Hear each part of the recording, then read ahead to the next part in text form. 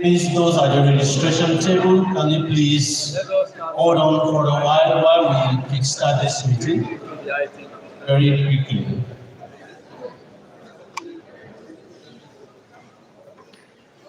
Please permit me to quickly recognize the following. You please join your hands as they come up the high table.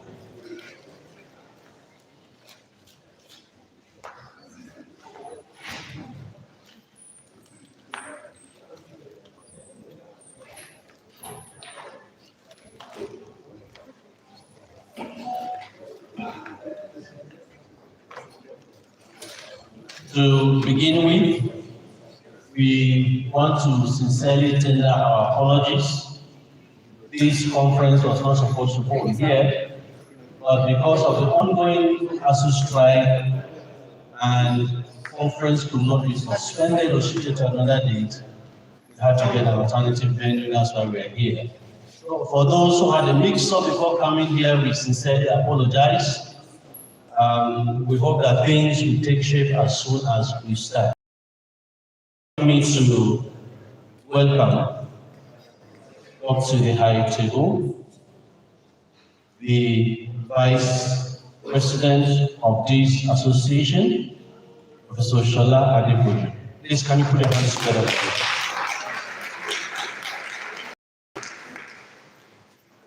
I didn't ask you to stop until he sits. Don't stop laughing.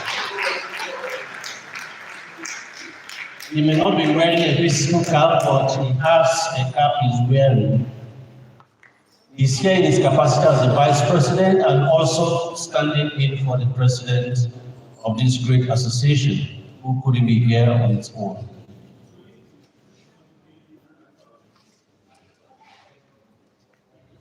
Let me also recognize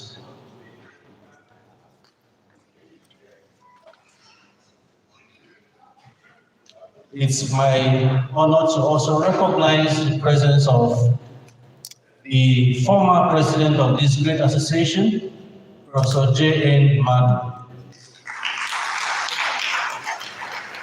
Please, can you join us here? Can you join us here?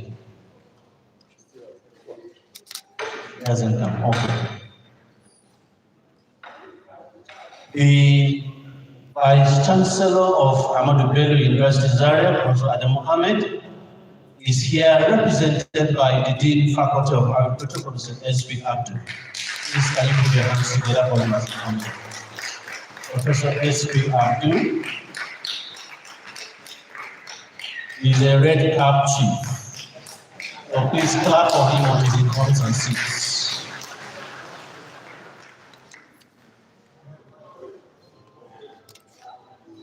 Permit me to also invite the Director, Executive Director, NAAE, Professor Yusuf, who is here represented by Professor Ali Abdurrahman. Please, can you come up?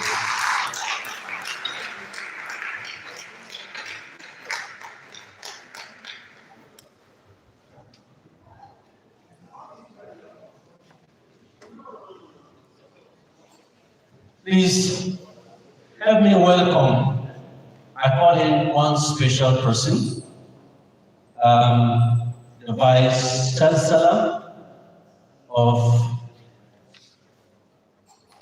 University, Latvia, Professor Abdulrahman.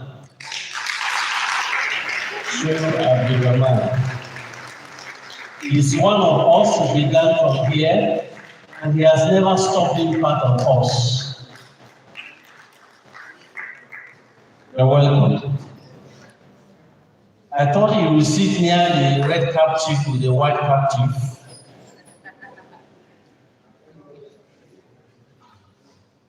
May I please recognize the EXCO of this great association, beginning with Professor Abdul Mohammed Yaro. Is he here? Vice President too. Professor Idris Ayinde, the National Secretary. Dr. Chewo Ojele, Assistant National Secretary. Dr. Halima Salau, Treasurer. Professor Namdi Edirin, Financial Secretary. Fidelia Waziri Ubu, Internal Auditor. Let me also recognize Dr. Chikamso Christian Ape, a Public Relations Officer.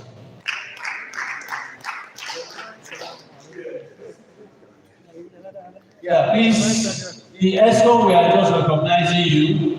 We still have other dignitaries that we bring in, please. So if you are there, also indicate by raise of the hand. Professor Messi Ebele, Editor-in-Chief. Dr. Dan Oyobo, the Managing Editor. Professor Joe Ahmadu, ex-official one. Is he here? Okay. Thank you. Representing one of our special dignitaries here is His Excellency, the Executive Governor of Katsina State, Madam Diko Umaru, who happens to be one of our former students and I believe a member of this association, but has been elevated to the position of an executive governor. He is here represented by Professor A.B. Mohammed, the Honorable Commissioner for Agri Katsina State. Please help me bring him up to the agenda.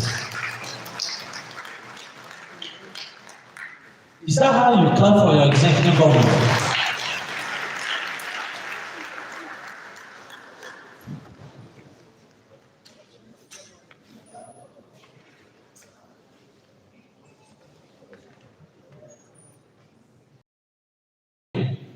We will recognize other dignitaries as they come in.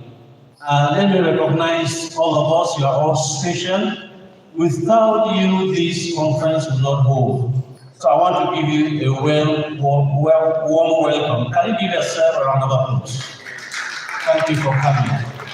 But please permit me to recognize the following. The head of the Department of Plant Science, Professor Mohammed Sagir, is here with us. Plant Science EBU. Professor Mohammed Sagir, has he stepped out? Okay, please.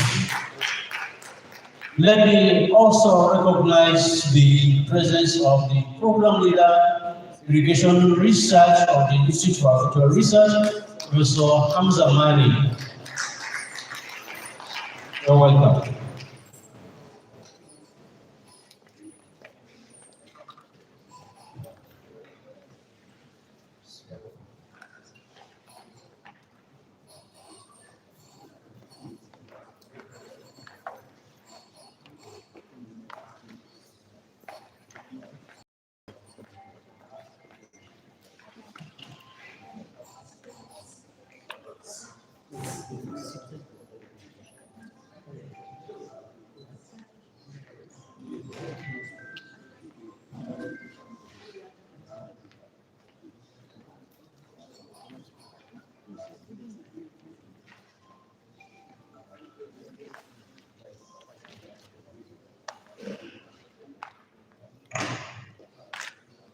Please let me quickly invite up to the podium or to the high table our keynote speakers for this conference. One of them is already here, the Vice Chancellor of Federal University of Lafayette.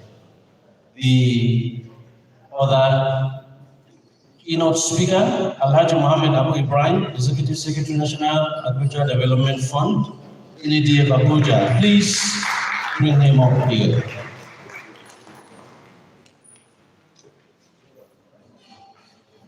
You can be sure that at the end of this conference, you'll be well funded. Permit me to also invite the other keynote speaker, Alhaji Abbas Umar Masanawa, former Managing Director of Nigerian Security Printing and Minting Company. Please, okay, so when he comes, we'll bring him up. Permit me to also recognize the presence of the head of the Department, Agricultural Extension and Rural Development, Professor L. Yakubu. You are welcome. The Deputy Director, Asante, Professor Ajara Tribal, yes. I don't know why I wanted to give her Ajara Usman. Thank you. We will recognize other dignitaries as the meeting continues, but permit me to please begin this meeting with the national anthem. May we all rise for the national anthem, after which we'll take the opening prayer.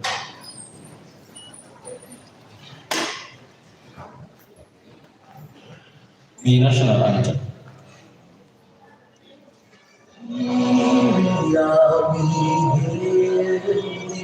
Our own dear native land, those tribes that talk melody for in brotherhood we stand. Nigerian folk are proud to set our sovereign motherland.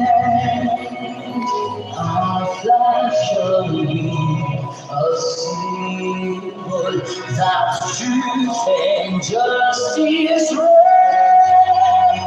In peace, oh God, to all, not envies we can't escape.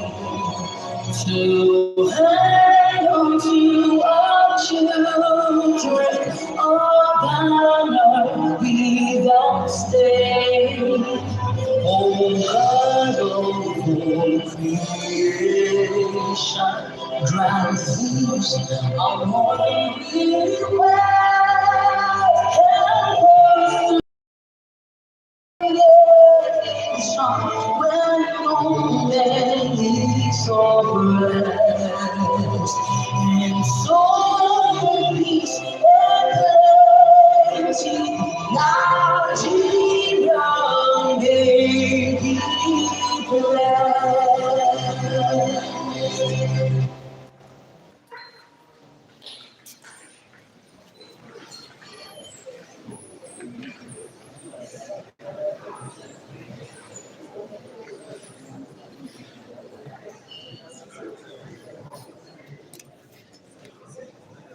We'll take the opening prayer using the first stanza of the national anthem. May we all pray together. O God of all creation, grant this our one request. Help us to build a nation where no man is oppressed, and so with peace and plenty, Nigeria may be blessed. Amen. Thank you for finding time to be here in this auspicious occasion. On this pleasant note, we want to start the conference. We have done our introductions.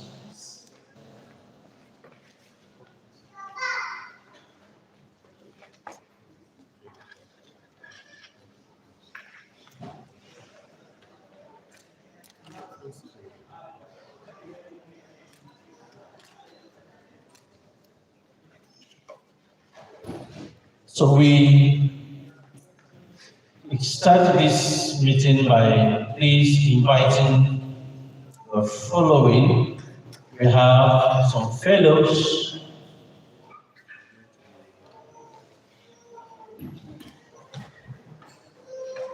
Some of us here, all of us are distinguished, but some will be distinguished by an award of fellowship. So this, I would like to please invite the following to come up to take the front seats. Professor Taye Timothy Amos,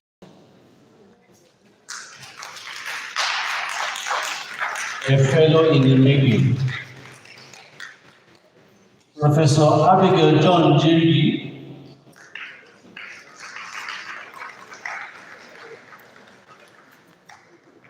is it because you are not nominated to be a fellow? That's why I don't clap you.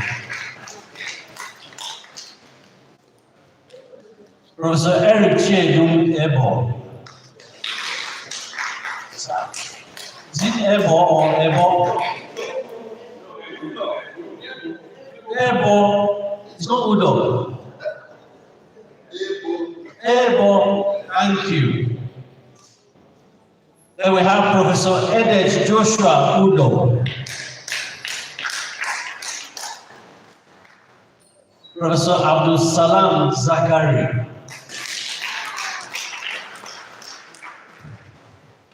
And last but not the least, Professor Shukrat Adunisani.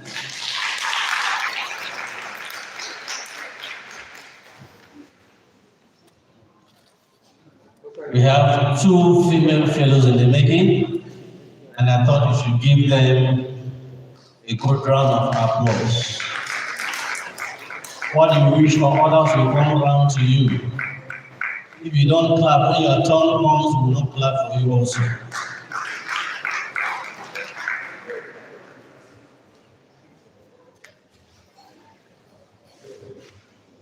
On this pleasant note, I would like to invite the National President of the NAAE, Professor C.E. Eze, Vice Chancellor of the University of Agriculture and Health Sciences, Imo State, and be represented by the Vice President, Professor Shola Adepoju, for the welcome address. The President, sir.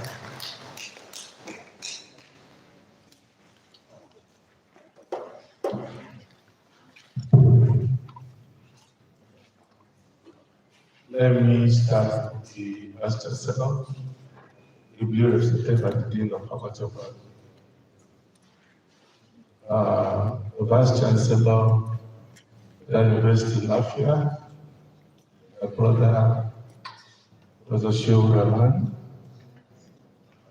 the Commissioner from Ebi, Professor Fakuri Rek, Astic. The immediate past president of the association, Professor Ahmadu, the director, is it that now? NAAE, a brother from Abuja, Professor Yaro, and other eminent professors there, fellow designate, NEC members, professors and other participants, good morning. I want to start by also asking us to continue to pray for our president, who is in this post now, for certain health challenge that he will come through and join us soon. Having done that, I will try to read this message that is sent to me, but I'll paraphrase some places where I know it's not necessary. So from now, is Professor Eze's voice you'll be hearing. is with a heart full of gratitude and a deep sense of responsibility that has come before you today. Welcome you to the 2025 National Conference of Nigeria Association of Agricultural Economists, which was last held here in 2004. On behalf of the National Executive Council, I extend a most hearty welcome to the historic city of Zaria, a cradle of learning and a beacon of agricultural research in Nigeria. We are deeply honored to host you all for what promises to be a landmark event in our collective quest for food, secure, and sovereign nation. Setting the stage, the imperative for rethink. The theme of the year conference is both a call to action and a stark recognition of our current reality in our nation. Rethinking Nigeria agricultural system through innovation, ICT, and food system. Therefore, is apt as a topic for discussion. For decades, we have spoken of Nigeria's immense agricultural potential. We have referred our vast arable lands and youthful population and our diverse agroecological zones.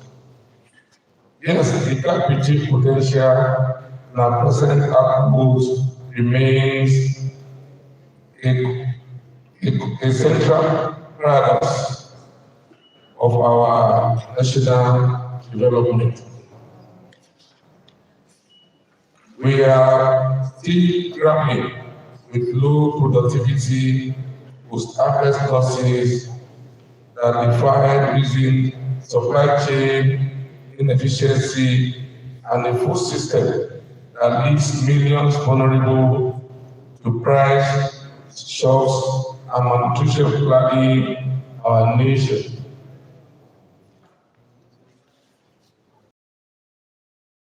About these challenges is no longer sufficient.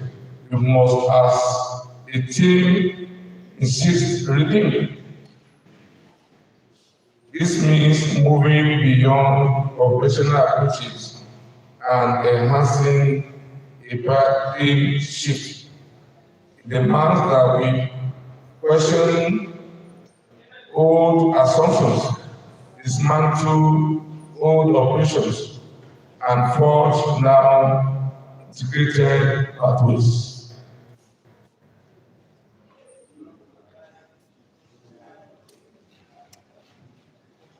Deconstructing the team, our team pillar for transformation.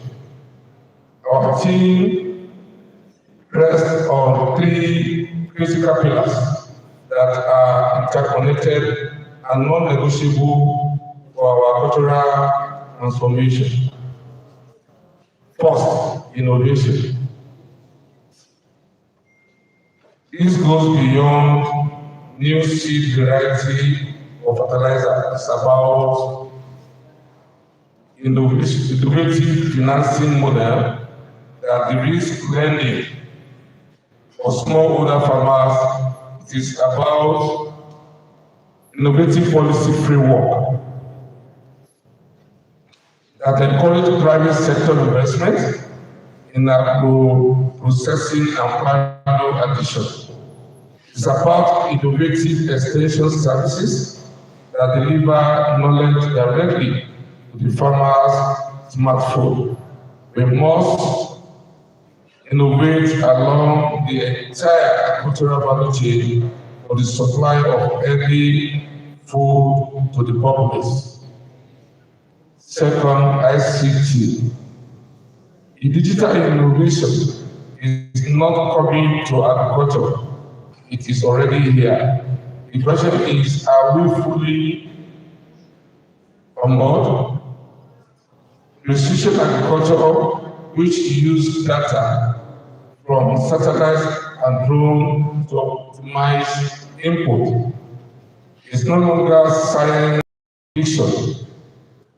Blockchain technology for transparent produce traceability, the Internet of Things for smart integration and storage, and e-platform for market access and fintech are tools that we must mainstream.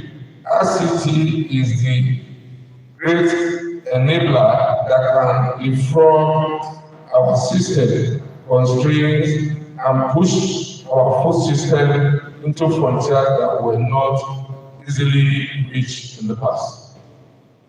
The third, food system. We are not just in the business of producing crop and livestock. We are in the business of nourishing the most populous nation in Africa.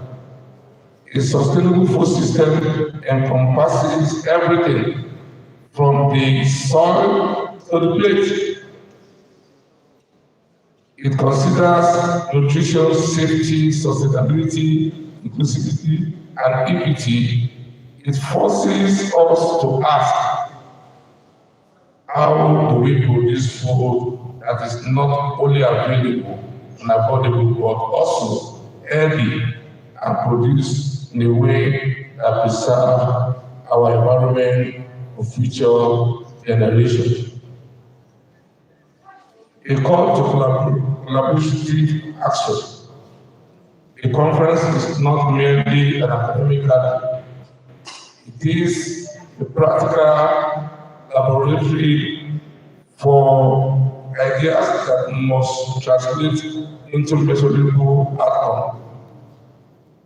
Across Nigeria, we are already witnessing inspiring examples of innovation driven agricultural reform.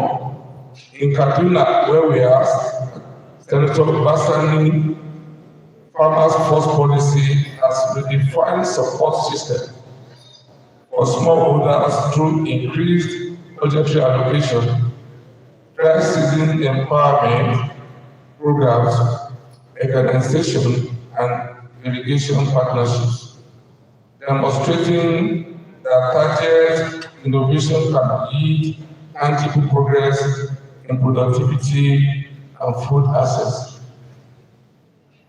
Similarly, in Katsina State, Commissioner, you are here. We are talking about Katsina now. So that I can tell the guy when you get back that we're coming to see you after talking about Katsina. Dr. Kiko Umar Administration has made agriculture the cornerstone of development, investing over 72 billion in mechanization, irrigation, and climate smart initiatives that have expanded dry season cultivation and improved farmers' livelihood. Honorable Commissioner, I hope you are working with the Department of Agricultural Economics, maybe, because to do this, you will need consultancy and stakeholders. It's not good enough to embark on such so that you have people monitoring and that can write a report that can show us the gaps in our first phase of implementation and that will help us in correcting those areas of suspended activities. So my guys and colleagues in the department, please write to the governor in Katsina that you are available to render your services. Am I correct? HOD, are you with me? Am I correct? Okay.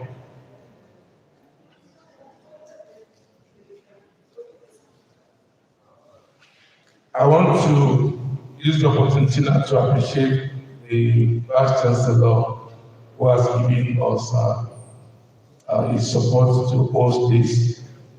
Even with the ASU strike, we're still holding the meeting. Inside, please convey our appreciation to you. I want to thank you especially for making yourself available to help us kickstart this program. You could be asked to represent the DC, and you could also give the excuse that you're busy somewhere else. But we appreciate your presence in our midst. And we want to also use that to appreciate both the Commissioner for Pastina to help us convey our message of appreciation also to His Excellency, the Governor of Pastina State, that we appreciate his identifying with us and freeing you to be here today. And I will still come and see him, or except you are sent with the check or the envelope. Are you here with it? So if you are not here with it, just tell him we are coming to see you. And I want to appreciate my brother from Abuja. I know how busy the office is, but you still identify with us and to be here with us. And my brother all the way from Lafia. Should I even say thank you because you hold the department? Because I say, Rahman, you be part and parcel of the department, and we have no choice but to identify and encourage the department. Some of us will not be standing today but for that department and all their investment in us. We can't thank that department enough. Actually, please note that we are not taking the department for granted. We are who we are today is by the reason of that department. Please keep the flag flying, and God will continue to support and encourage you. With that, let me thank Professor Ahmadu also, who has also been playing this role. He's now the father of the association and also part and parcel of the department, as well as Professor Yaro, who, even in view of some concern that he ought to be attending to, he still free his time to be here. I almost escaped this meeting, or when it's taking place in Zaria, I have people in the department that I cannot explain why I won't be attending. So I'm here, exactly. So I've cleared the query. You don't need to give me any query anymore. Professor Absalam, I must commend all your new department. Please keep the flag flying, and at any time you think will come of help, don't hesitate to let us know. That's where we're coming from. That's all we are, and that's what's shaping us for who we are today. Thank you, and God bless. Thank you, the President, for that wonderful opening remark. It's always good to have elders in the family who can always call you to order if the child is behaving. Thank you, Mr. Aduni, one of the elders. I ensured that our Vice President was here in person.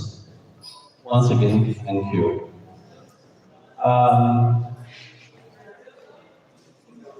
Please, I do not want to lose my job after this meeting. The host who brought us here, the head of the Department of Agricultural Economics of this great university, Professor Hosseini Yusuf, is here with us. Please, can you give him a round of applause as he comes up here? Please, come here. I insist, sir, please come this way. Thank you. Thank you. He's a gentleman like me. He doesn't want publicity.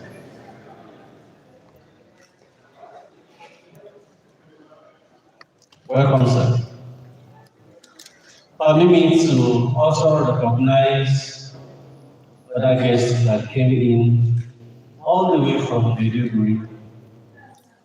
Please put your hands together as we recognize Professor Abubakar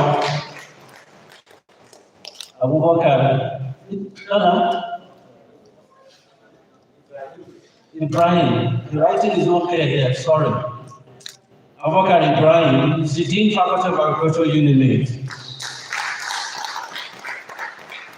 My dean, you are most welcome. The Dean, Faculty of Agriculture, Sakashim, Ibrahim University, Maiduguri is also here. Professor Papa Konishu. Now we have a committee of deans. The HOD,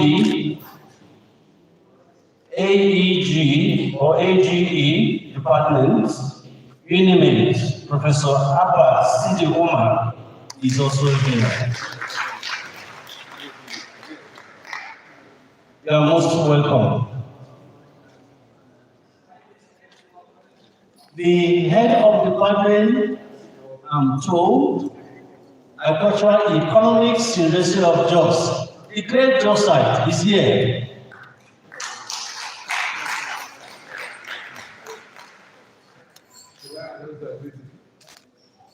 Sorry, can we recognize you? I wasn't.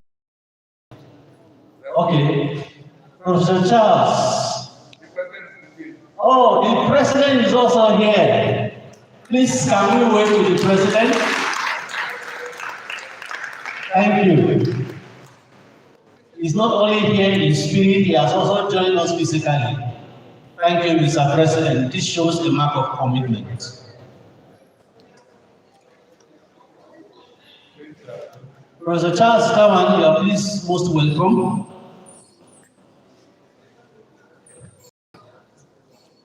We will be taking the Vice Chancellor's award to host his welcome address.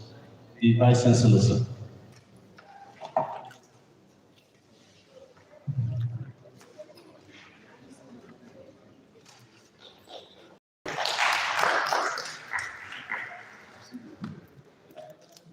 Good morning, all. Let me align with the already established protocol.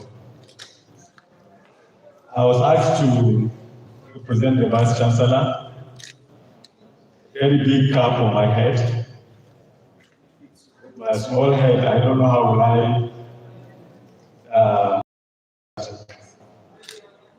on behalf of the Vice Chancellor, Ahmadu University Zaria, I would like to welcome all the participants to this very important conference. You are welcome to Zaria. For those that are coming to Zaria for the first time, Zaria is a center of learning. That's what they call it. I would like you to please feel free, socialize, and enjoy your stay in Zaria. Zaria has a very nice and beautiful climate. Please enjoy your stay in Zaria. Before the end of the conference, I would like you to go to the main campus so that I can be able to see what we have there. Please enjoy your stay in Zaria. Snap a lot of pictures that you take back to your destinations. I would like you also to network, especially for the students. Some of the researchers that you have been hearing their name, or maybe you have been seeing their name on journals, they are here together with us. So please network with them. Feel free and ask whatever you wanted to ask, and they'll be willing to answer your questions. Also, for the participants that came from far and here, please enjoy your stay here. On behalf of the Vice Chancellor, once again, on myself, the Dean of the Faculty of Agriculture, I would like to welcome you to our complex. The Agri Complex, APU area, is one of the largest complexes we have here, with the highest concentration of professors of agricultural science. So please feel free and socialize with all the professors we have at the complex. Good morning, all. Thank you. Thank you, the Vice Chancellor. You gave us a welcome remark that is like a cocktail. You have saved us a lot of time. Thank you once again.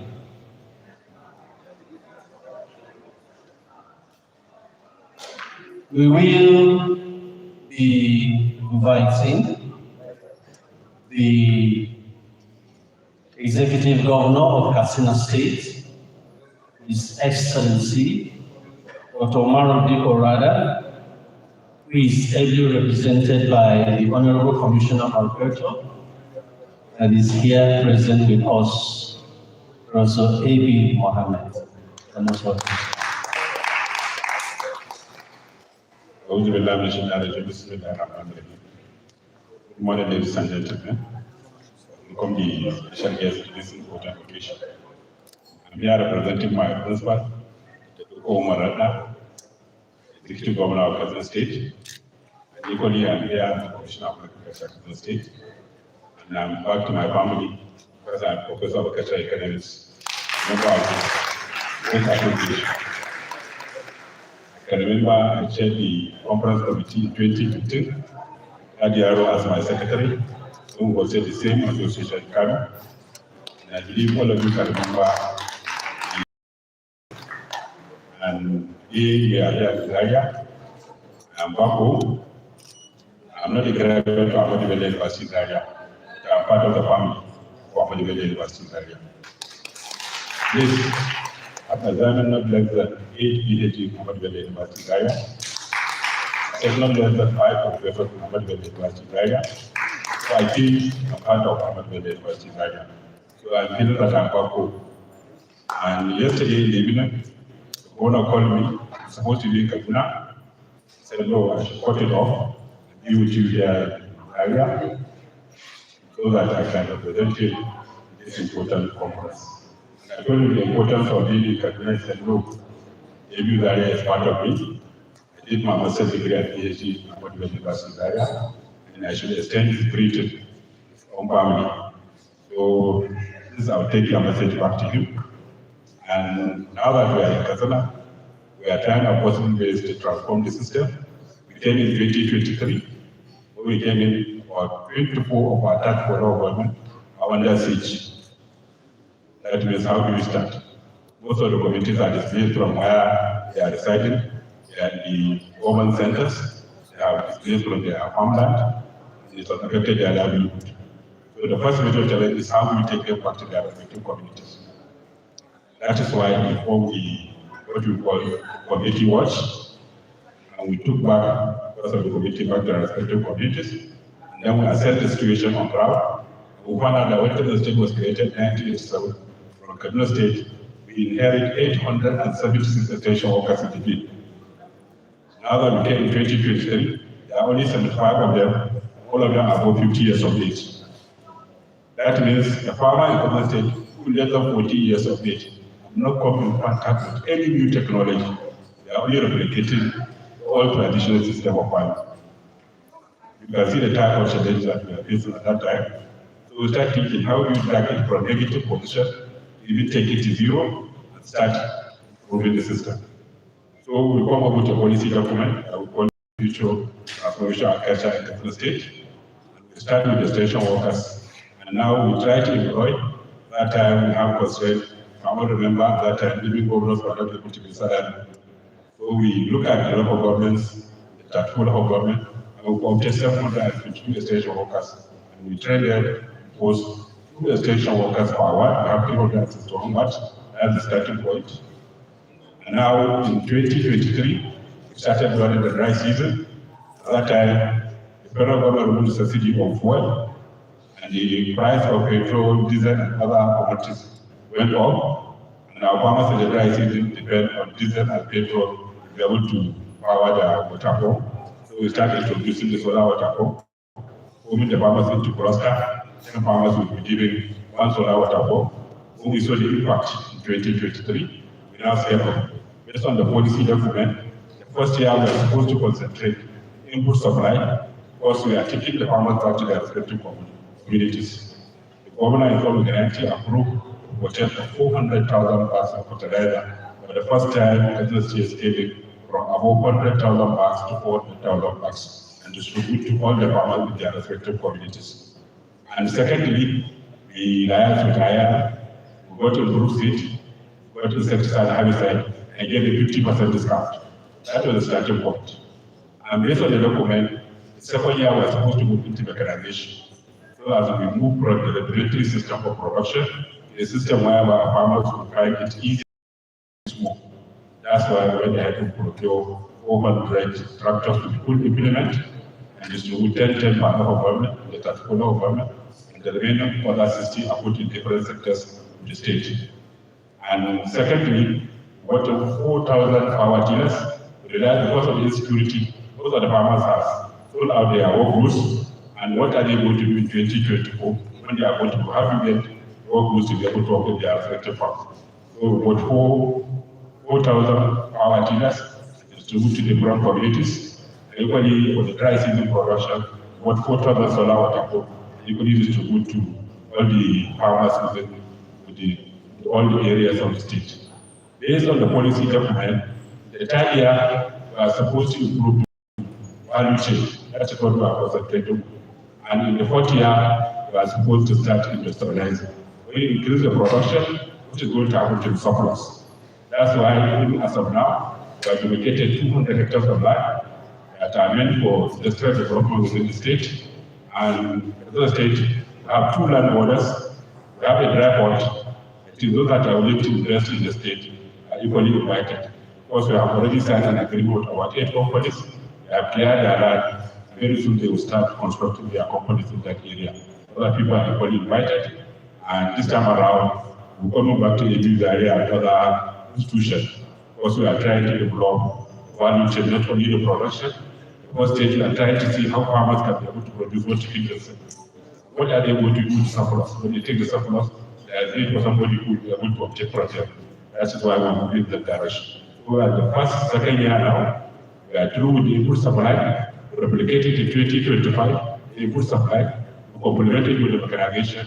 Now the third year we're going to value chain some commodities that we selected within the state. Equally with regard to livestock, we only select 2 livestock, that is cattle and goat production. In the goat production, we select 10 farmers per ward. Each one will be given 4 goats. They are not going to pay back in cash. They are going to pay back when the goat gave us, they pay with the smaller ones.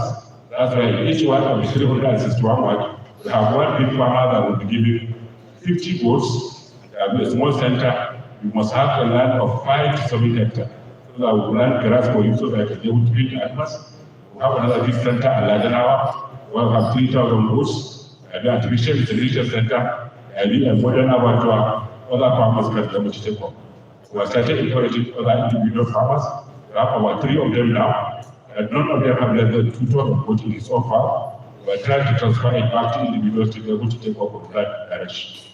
We are thinking of developing goat production and cattle production so that we can be, whenever we are looking for goat state, go to another state.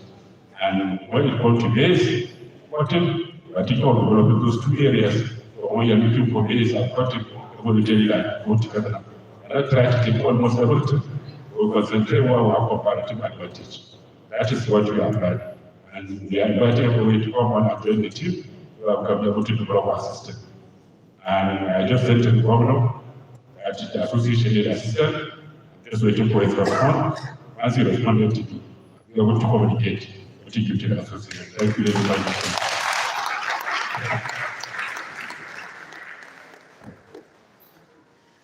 I thought he said the governor will respond, and you're sitting and clapping. Abba. I thought you should give him a standing ovation. You know, it's good to have in a round hole. Katsina is taking the lead. The governor is an agricultural economist. The commissioner for agriculture is an agricultural economist. What more can we get? Thank you very much. Please take your seats. Thank you, the Honorable Commissioner. You know, he's speaking with facts and figures.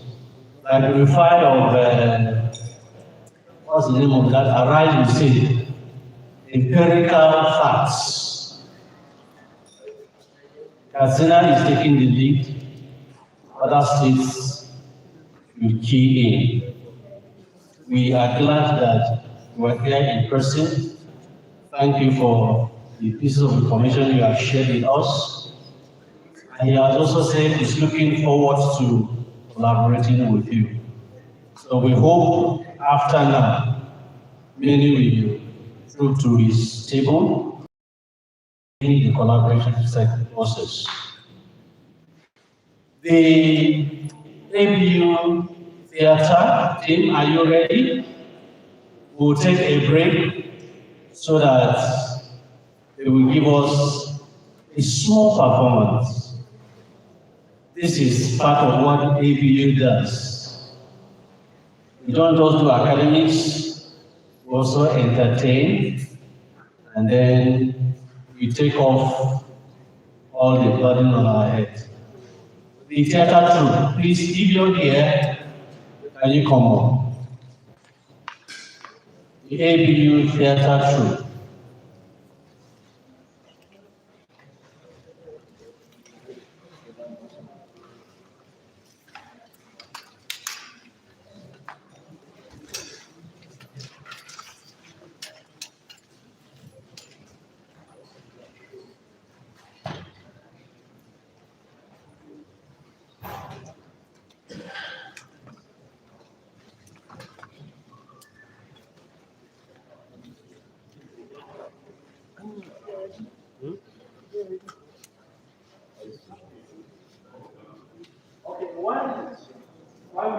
The ABU theater troupe would like to perform one key function. I understand some of our key personalities that are here may not stay with us to the end of this meeting. So for those who are going to be awarded fellows in this conference, would like to invite them for that presentation.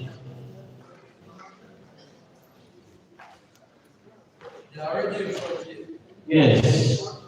So sorry,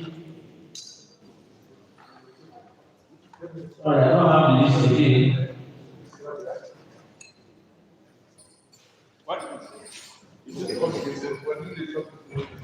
Okay, we want to do a presentation to the fellows that are going to be awarded.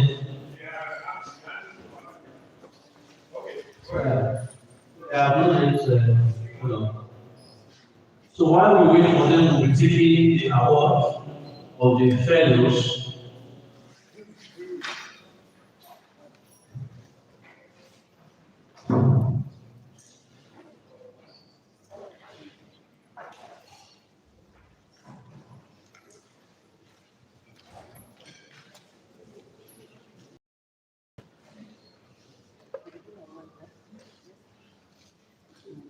would like to invite Professor Taiwo Timothy for award of the fellow of the agricultural economics. Okay, NAES. NAE, okay, of Nigeria. Please, can you put your hands together for him?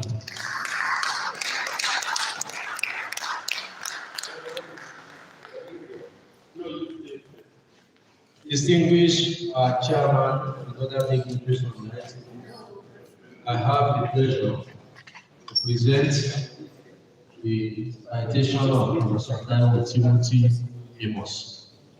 Professor Taiwo Timothy Amos, a distinguished scholar of agricultural economics, was born on August 12, 1963 in Ikoyi, Ijumu local government area of Kogi State.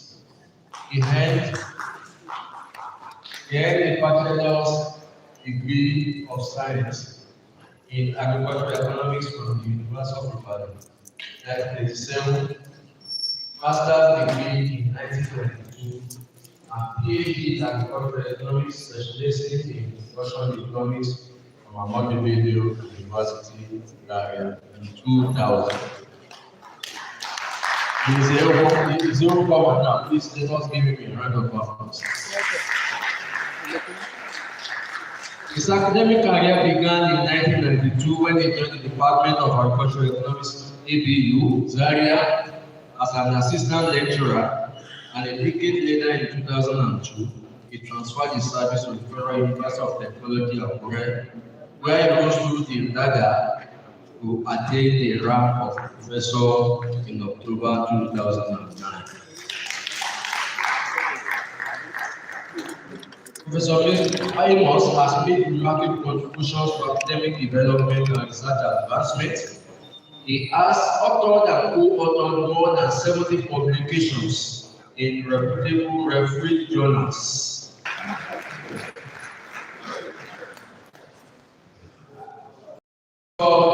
Eric T. Dumebo was born 6 years ago and attained the rank of professor of University of Nigeria, Nsukka, on 1st October 2002. He was a Bachelor of Agriculture in Agricultural Economics, University of Nigeria, Nsukka, 1985, MSc in Agricultural Economics, University of Ibadan, 1987, and Doctor of Philosophy, PhD in Agricultural Economics, University of Nigeria, Nsukka, 1991. Professor Ebo has accumulated robust academic and research experiences and accomplishment through competitive international research fellowship networks. Some of his accomplishments in this respect was that he was Chief Job and Wealth Creation Officer and Head of Delta State Job and Wealth Creation Bureau, member of Delta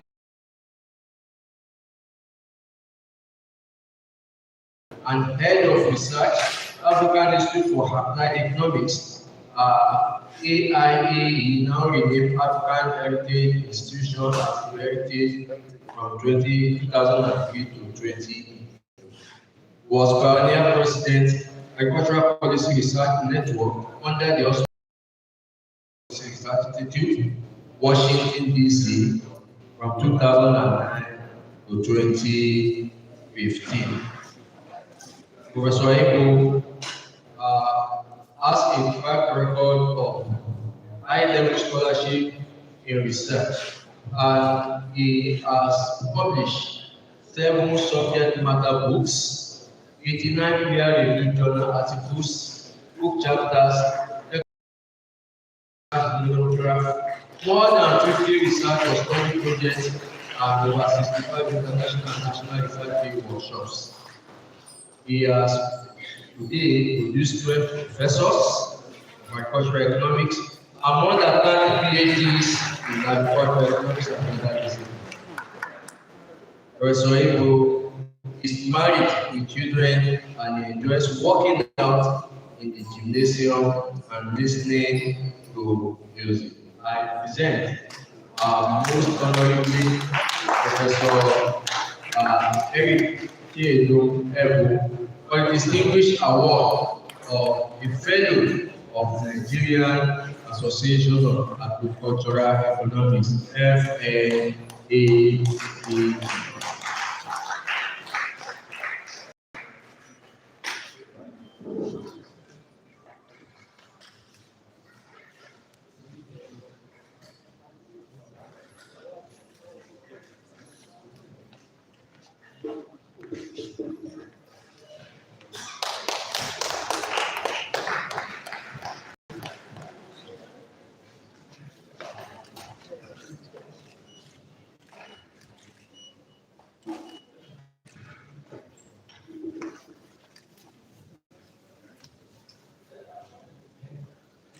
Round of applause.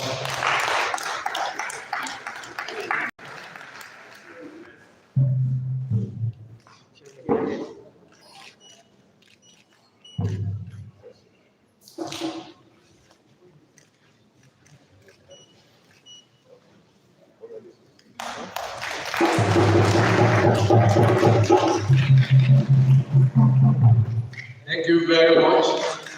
The next awardee is Professor Abigail John Rudy.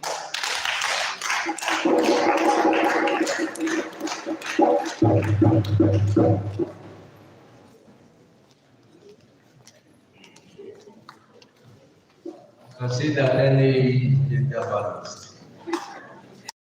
Professor Abigail John Rudy is a professor in the Department of Agricultural Economics and Farm Management, School of Agricultural Management and Extension Technology, Federal University of Technology, Minna, Niger State, Nigeria. She is a native of Kushe in Zuru local government area of Kebbi State, and her academic journey reflects a lifelong pursuit of knowledge and excellence. She had a bachelor's degree of science in agriculture from Usmanu Danfodio University, Sokoto in 1995. MSc in agricultural economics from Abubakar Tafawa Balewa University, Bauchi in 2002, and a Doctor of Philosophy PhD in agricultural economics from the University of Free State, Bloemfontein, South Africa in 2013.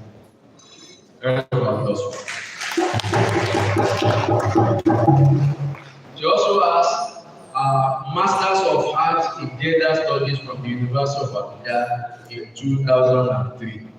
She was a principal investigator and co-researcher, and she has attracted over 3 million naira in debt-fund national research fund grants to the university. She's also a member.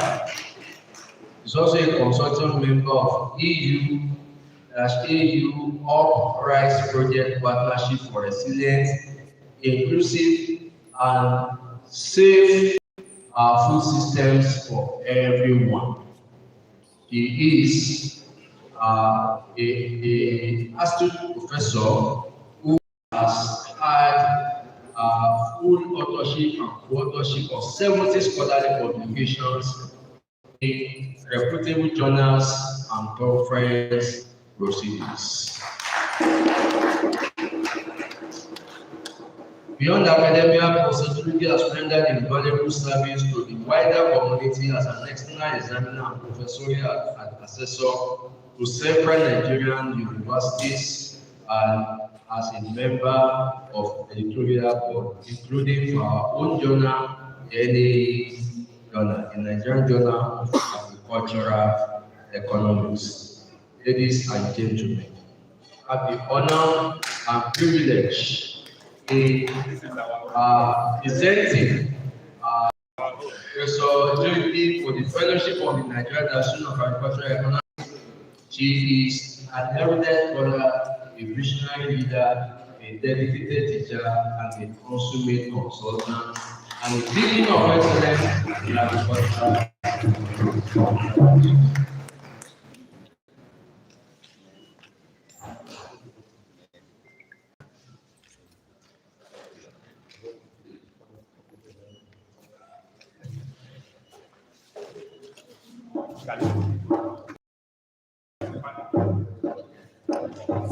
Let's give a round of applause.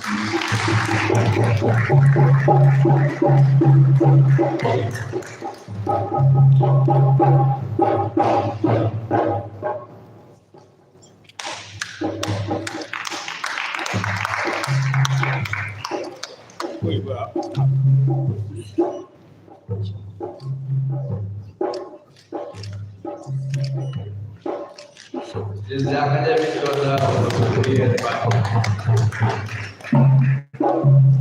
Congratulate Professor Ahmadu.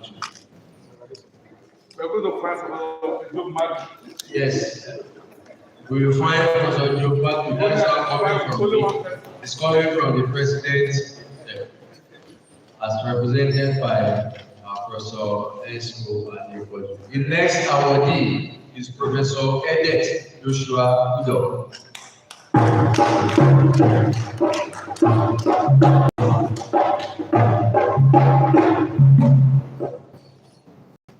Professor Joshua Udo is a professor of agricultural economics from the Department of Agricultural Economics, Faculty of Agriculture, University of Uyo, Ibom State, Nigeria.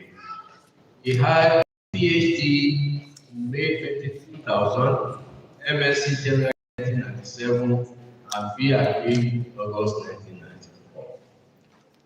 He's a professor of agricultural economics who had over 30 years of teaching, research, and education and leadership experience with 25 years at the University of U and presided has conducted many national and international research activities, and he has to his credit supervision of over 70 academic research projects and theses.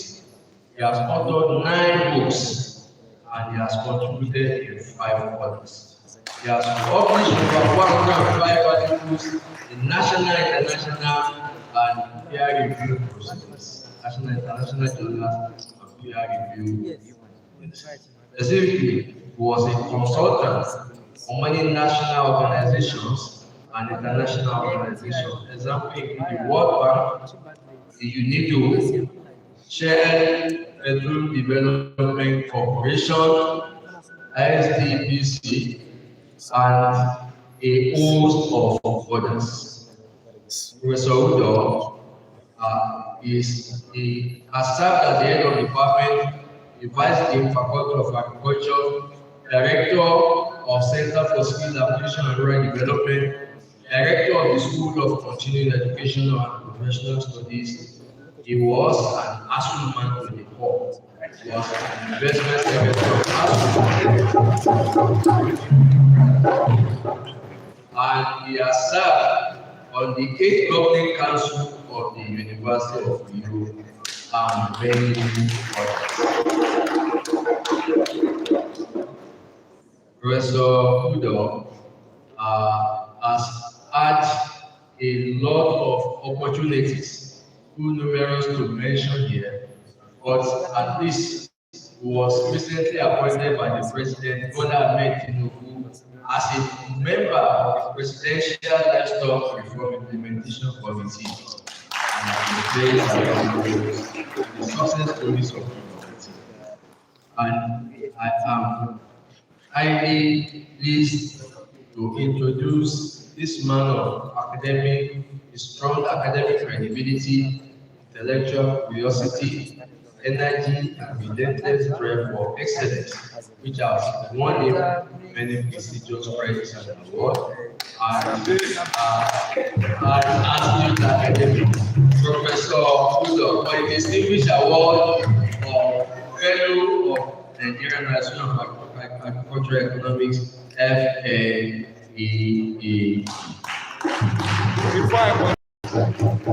I guess you want to do on strike. Yeah, so you are going to do on strike. Again, HOD, you shouldn't have paid naira. You should have paid dollars. Exactly. One of the closest allies of government. A round of applause for everyone singing.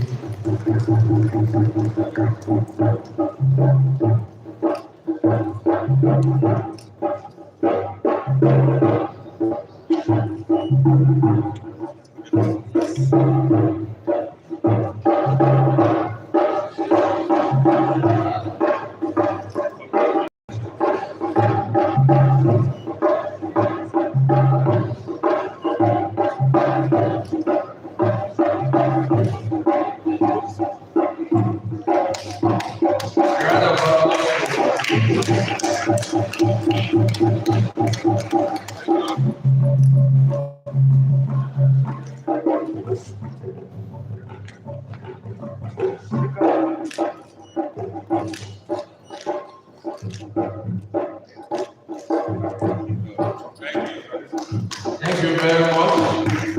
Congratulations. Distinguished ladies and gentlemen, we are now coming home.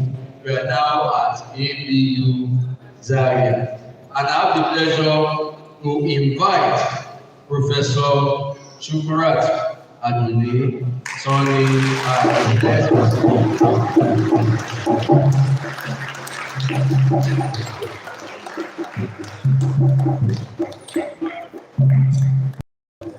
that's Mama Econometrics, am I right? Professor Shukrat Aduni was born many decades ago, and she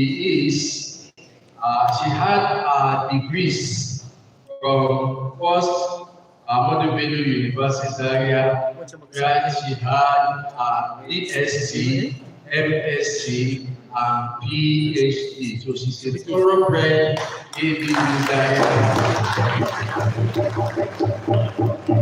Her career span over 3 decades at the Institute of Agricultural Research, ABU.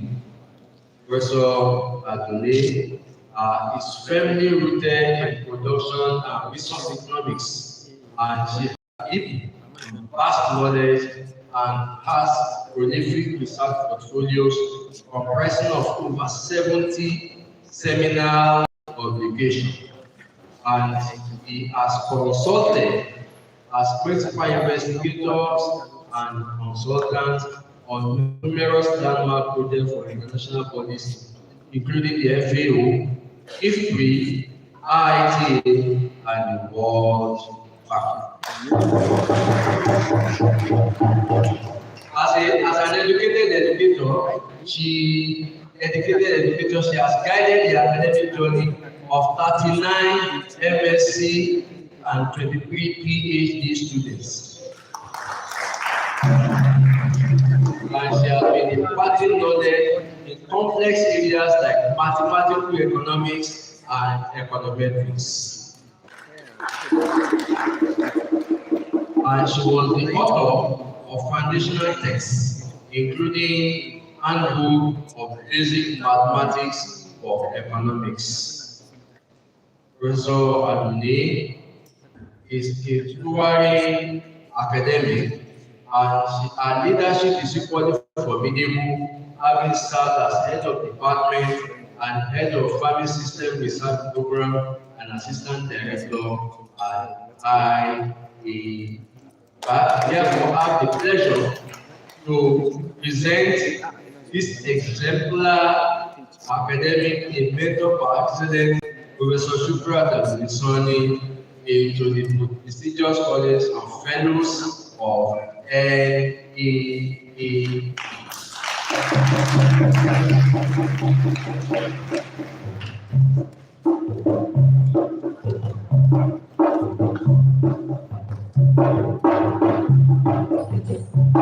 Addressing your teacher. She is a teacher with the Vice President 1 of the NAAE, Professor Adekona. And she is a classmate of Professor Ahmadu, the immediate past president of NAAE, and the teacher of the VP2 of NAAE. So you can see that is an accomplished professor. Congratulations. You can talk about as he is taking the certificate and the flag.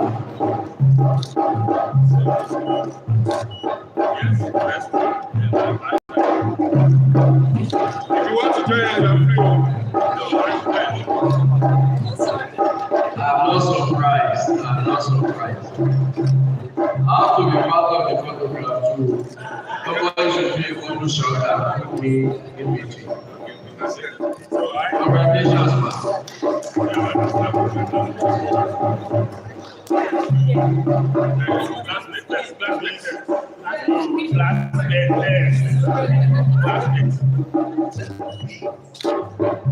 Oh, yeah, join. Okay, can I join?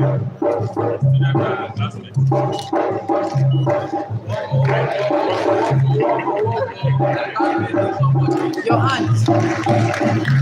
My hand is complete.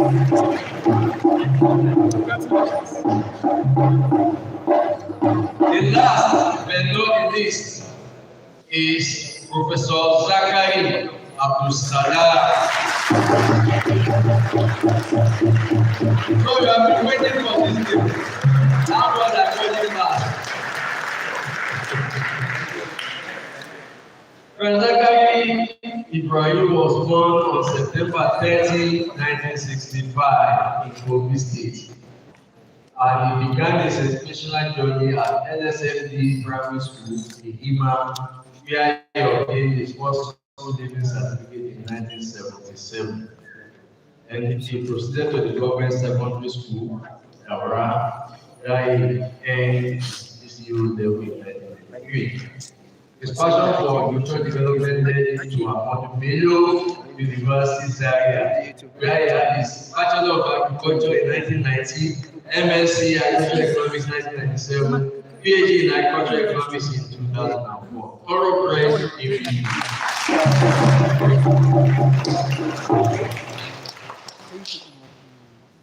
He joined the services of the Department of Agricultural Economics at ABU in 1992, and he rose through the rank and became the head of the department and faculty examination officer in ABU. He has served as consultant and technical expert on several national and international organizations projects, including the FAO, the African Development Bank, EFID, USAID, NEPAD, and IFDC.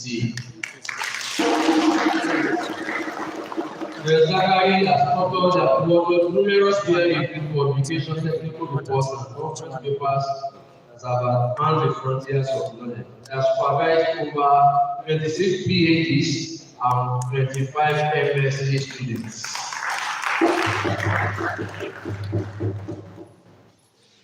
Based on his academic achievements and astute performance in agricultural economics, I have the pleasure and honor on behalf of the Nigerian National of Agricultural Economics to award the fellowship of the Nigerian National of Agricultural Economics (NAAE) to Professor Ahmadu.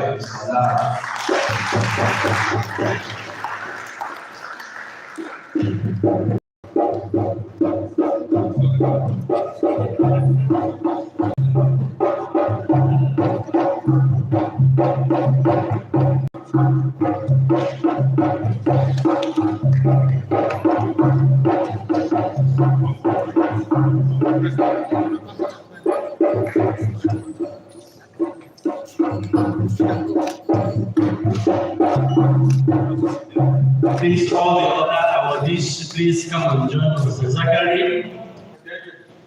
Yes, we'll take a group of them. They have to put those rights, so we stay there.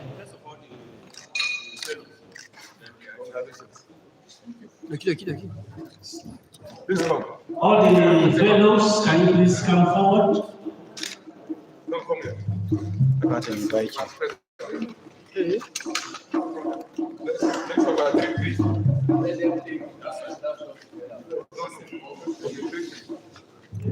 Okay. Zan yi a doing. Hold your hand. Sun yi haka ne saboda shi zai a tsakiya. Ka gani? Can you move a little bit, sir? Move this way.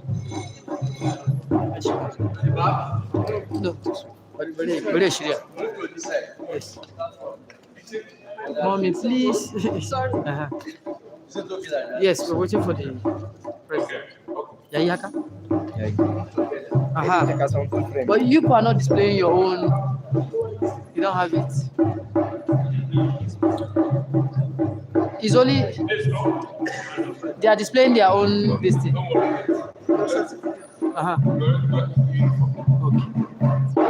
No. Collect it from them.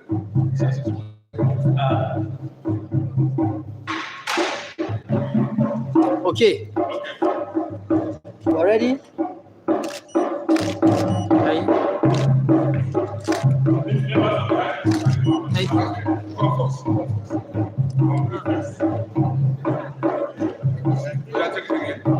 Yeah, look here.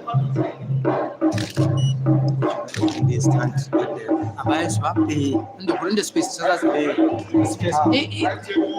an sa wannan abu nan ba da akwai za mu iya karya shi. okay ko mu cire shi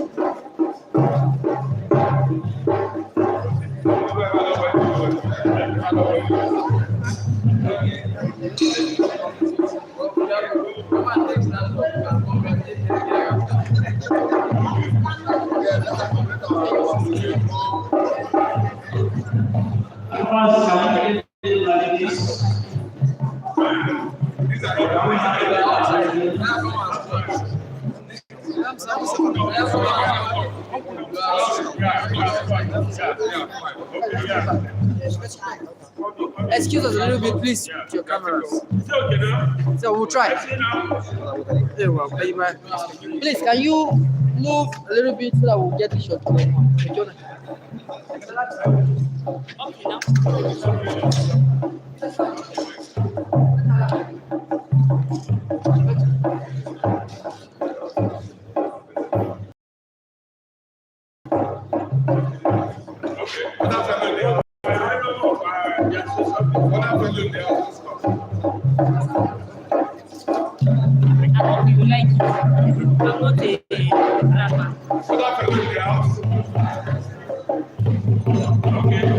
Thank you.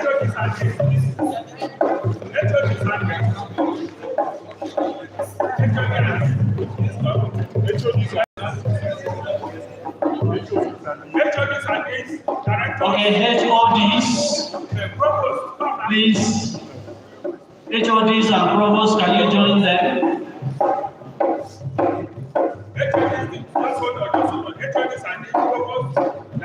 Please, if you know you are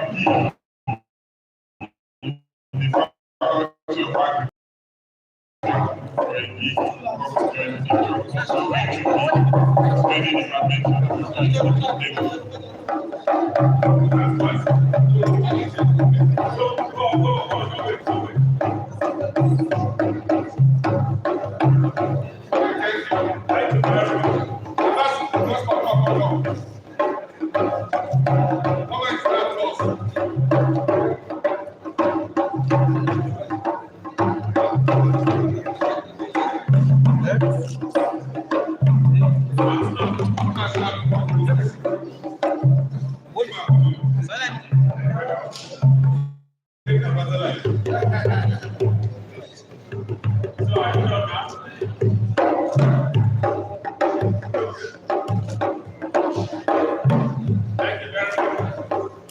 Thank you, the photographers.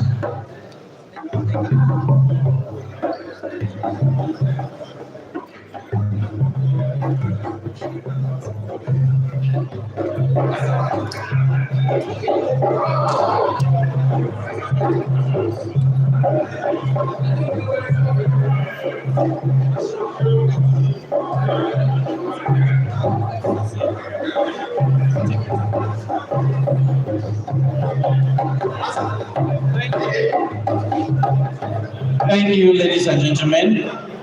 Please may we have our seats. It is my honor to recognize and welcome one of the keynote speakers, Alhaji Abbas Umar Masanawa, the former Managing Director, Nigerian Security Printing and Minting Company, and the Nigerian Incentive-Based Risk Sharing System for Agricultural Lending. Nice, sir. It's my privilege to welcome you, sir. You're most welcome. Maybe to also recognize the presence of the former Dean, Faculty of Agriculture of Ahmadu Bello University, Zaria, Professor Mahmoud.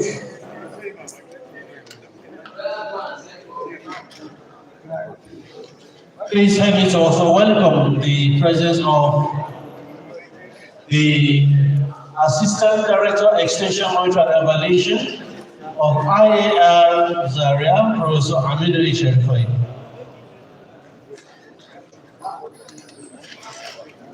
Let me also recognize the presence of the Head of Department Soil Science, Professor Aisha Abdulkadir.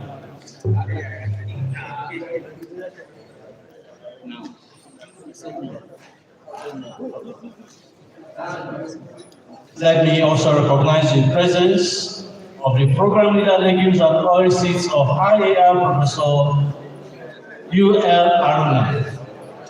You're welcome.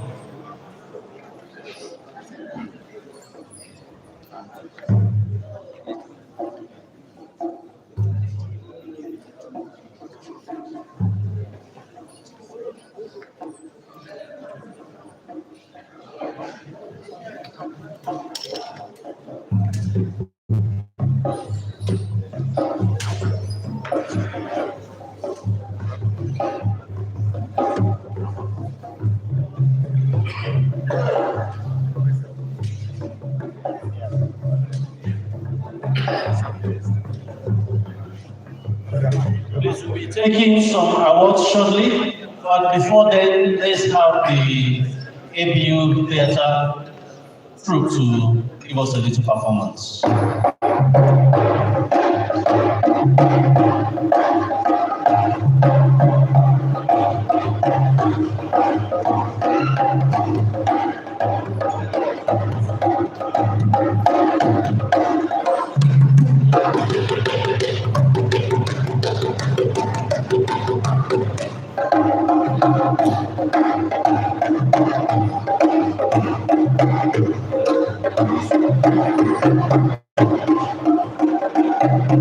Bello,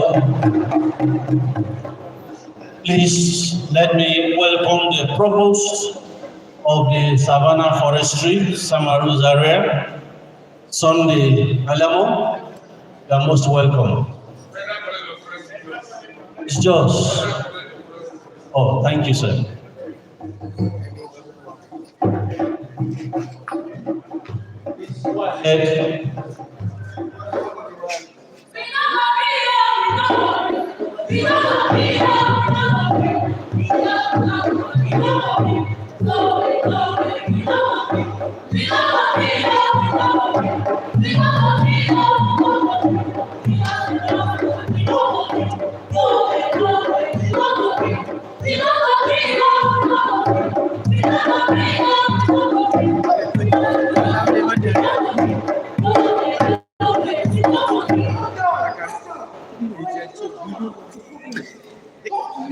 You want to know about this? The government has taken water and it has affected our farm produce. Yes. And we want solution.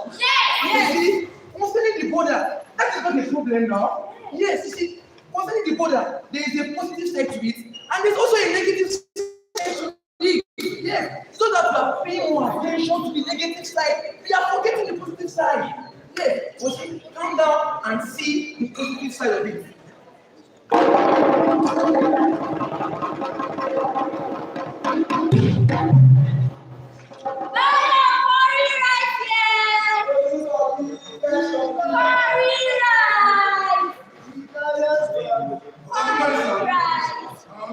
So that one is out. Take it. This is not culture. It is the potential. So why is this? Wow. So that is the what's going to into this shit. So what am I doing? Please give me 2 kilo. What my is that? Is this someone? Please give me 2 kilo. 3,000. 6,000.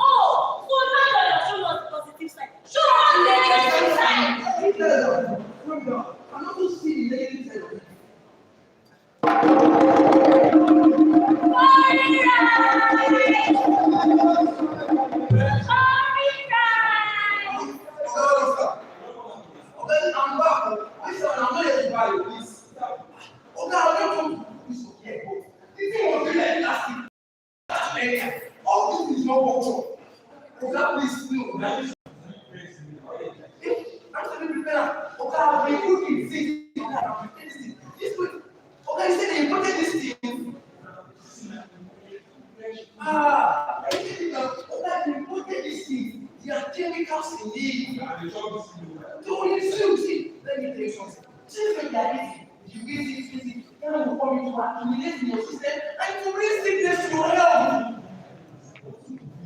That's just a please, no, please, not prolong this matter. Please don't give back my money and then give back the health. I'm sorry, please. You don't come back. I know what I'm doing. Now the basket, I don't even want anything again. Why now? Mother, you don't buy it. I don't buy it again. Wait here. You don't say this is excellent. You say this already. You know good. You don't do it for me. I do business. You don't say more like that. Madam, you don't say me I don't know all this stuff. My own has market. Buy rice. I don't say for you gain my profit. You know how the profit take you. And you don't say that for something. What if they use chemical? Chemical. You don't know say they use chemical. Which one? The kind of chemical the way they use to do environment for the body. Now they use it. Yes, now. You don't know say that you know. I don't know. Make a tell them.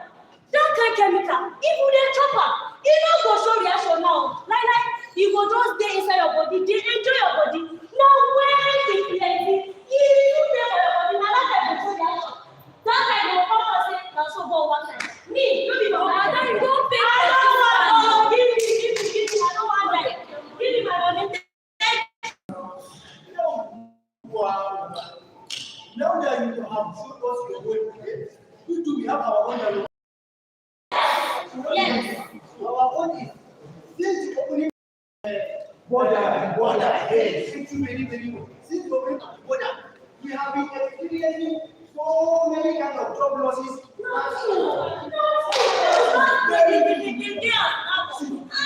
All these things are very in the market. They are very dangerous right now. See, the cost of what is really low. Yes. Cannot invest at all. Very expensive. They even degrade soil. So, this way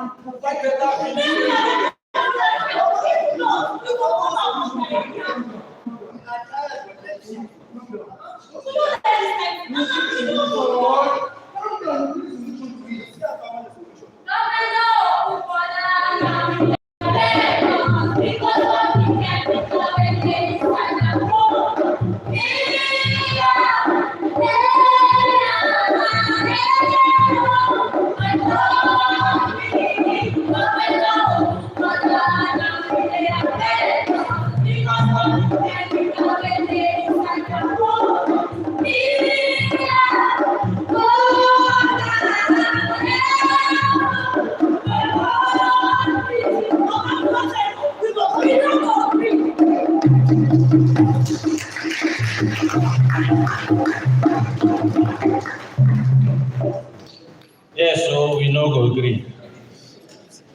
Thank you for that wonderful performance, the ABU Theatre Troupe. It's my pleasure to please perform one function. We have some other presentations about what, but we'll not take them now. I'd like to please invite the dignitaries to step forward. We want to take a group photograph. And then others can please join later. We don't want to make this place crowded. The dignitaries and the National Air School will take a group photograph.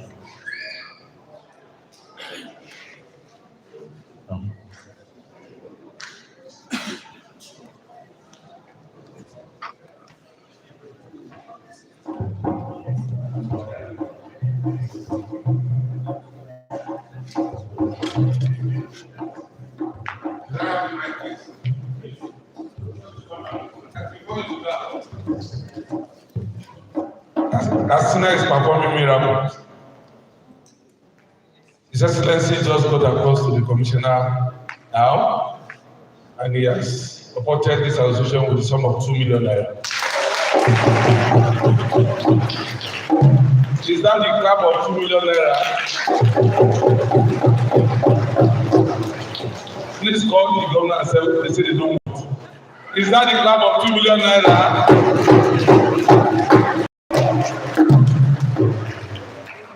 You know, as we just embark on strike, is that 2 million naira not important for this season? Okay, well, thank you. Okay. Sorry, there is a change. Sorry, sir. There's a little change in the order now. We'd like to take the keynote speakers' presentations. Shortly after they finish, we'll now take the group photograph. Please. First on the list,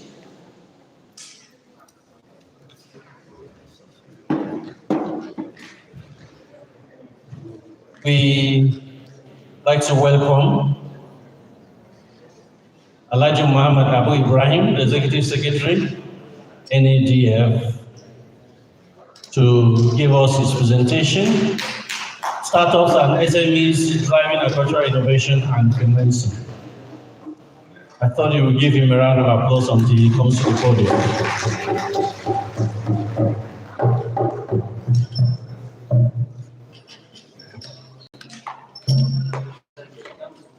Thank you very much. Vice Chancellor, other dignitaries, please permit me to stand already established protocol. I would, however, crave your indulgence to give one special welcome to the HOD from University of Jos. I choose you out, Dr. Charles Bawan, because with the help of ASU Strike, I am a 1987 graduate potency from the University of Jos.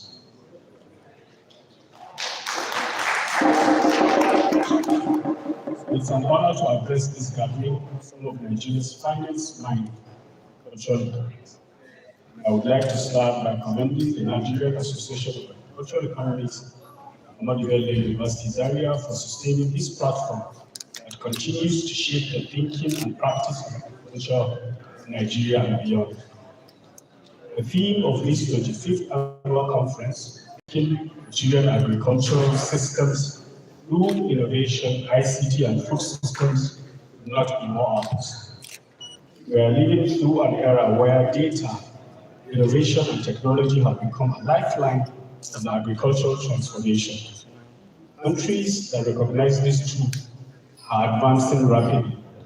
Those that do not are struggling to find their footing. Ladies and gentlemen, despite our abundant land, talent, and ingenuity, our country still faces one of its most significant structural challenges: a lack of reliable, timely, and coordinated agricultural data. This gap affects every link in our value chain, from identifying genuine farmers and mapping farmlands, tracking yields, forecasting demand, and evaluating impact. Across Africa, we are seeing encouraging models of what is possible when data, innovation, and technology drives agricultural food systems. Kenya, Ghana, and Rwanda, for instance, have national digital agricultural strategies, integrating farmer registries, digital input systems, and real-time monitoring tools. These frameworks have improved transparency, resource targeting, and accountability, lessons we can adapt to our own context. Encouragingly, Nigeria's story is also changing. In recent years, the emergence of creative agri-tech startups has demonstrated how technology can transform cultural landscape. I am also part of that change. My own modest contribution started about 12 years ago when, along with a colleague, I co-founded Livestock 247 Nigeria, which is Nigeria's first online livestock market platform. Here we designed technology to ensure animal traceability, disease control, and safe trade of livestock. It was an early experiment in using technology to solve cultural problems. Those years taught me lessons that still guide my work today. The struggle to raise funding, to build credibility, to survive in a harsh operating environment with cultural barriers as a hindrance to adoption of technologies. And above all, the need for data integrity and trust in every layer of the agricultural ecosystem. That journey also introduced me to many other startups, providing innovative solutions in both agriculture and finance. Having partnered with ventures like FarmCrowd, Thrive Agri, ASTAR. Startup entrepreneurship convinced me that innovation is not an abstract concept. It is a matter of survival through creativity and collaboration. More importantly, the National Agricultural Development Fund, where I now have the privilege to serve at the helm of affairs, we're making significant strides to address this data challenge. One of our foremost priorities is strengthening the foundation of data-driven agricultural financing program delivery. Through collaboration with private sector innovators, we are building an integrated digital platform to track beneficiaries, monitor performance, and align interventions with national data systems. And our goal is simple: to ensure that every naira spent by the fund translates into measurable evidence-based. Beyond this, we also recognize the catalytic role of startups and SMEs in driving agricultural and financial transformation. Across Nigeria, agri-tech, fintech entrepreneurs, and small enterprises are unlocking access to finance, creating value-added processing chains, and linking farmers more efficiently to markets. The National Agricultural Development Fund are developing funding models that support these enterprises because they represent the bridge between innovation and impact, and between research and rural livelihoods. Still, technology and data alone are not enough. We need the intellectual architecture to make sense of these numbers, to turn data into knowledge into policy. This is where you all, agricultural economists that are gathered here, play a critical role. You are the ones who interpret trends, model outcomes, and provide political backbone for a genuinely and modern, resilient food system. We must therefore rethink our approach. Innovation in agriculture is not only about creating new tools or apps. It is about new ways of thinking. It is about seeing data as an asset, not an afterthought. It is about building interlinked systems so that farmers are not invisible in national planning, and us, policymakers, are not blind to the realities on the ground. Without reliable data, we cannot design effective subsidies. We cannot forecast yields or evaluate impact. A farmer with a smartphone but no access to market intelligence still remains disadvantaged. Government with funds without credible statistics risks investing in shadow. Yet, we feel the future is bright. If we can unite innovation with insight, ICT with integrity, then we can build food systems that are inclusive, efficient, and sustainable. So today, I come here with some challenges from my modern experiences that I throw to agricultural economics. These are: one, please provide solutions that will bridge the data divide in the agri-finance sector. Two, design frameworks that connect farmers to information, policymakers to evidence, and innovation to impact.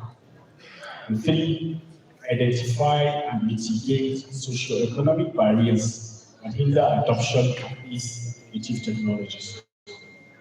Let us make data, information, and technology a cornerstone of Nigeria's food systems transformation.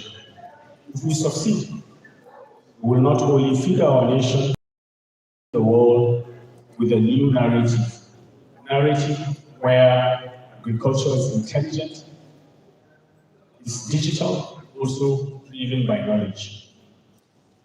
Together, let us rethink agriculture not as a tradition of the past, as a technology-driven enterprise secures our food future, strengthens our economy. Ladies and gentlemen, in this conference, ignite ideas, collaborations that move us closer to that vision. Thank you very much.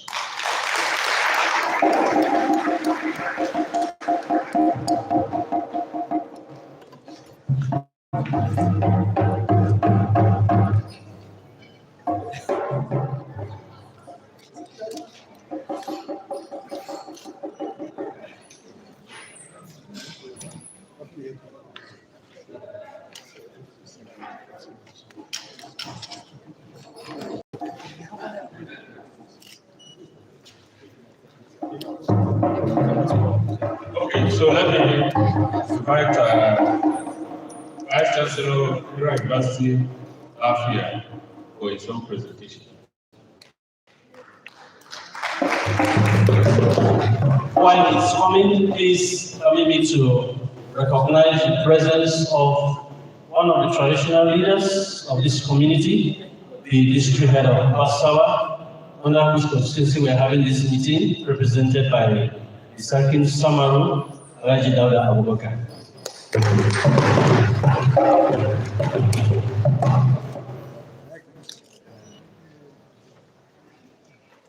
It's now my honor to hand over to my Vice Chancellor for his presentation.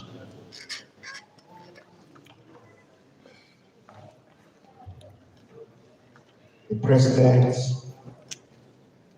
of our association and the other dignitaries here present, please permit me to also observe the existing protocol. I've already submitted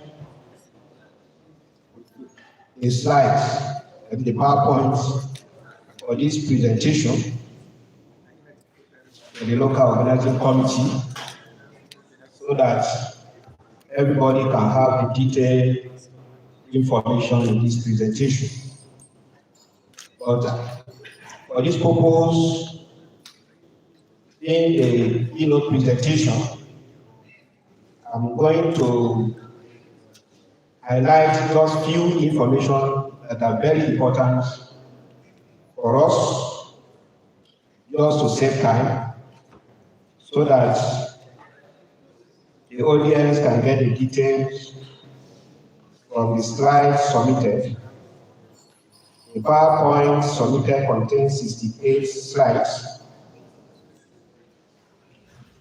The topic I'm talking on is the role of public-private partnerships in advancing digital agriculture in Nigeria.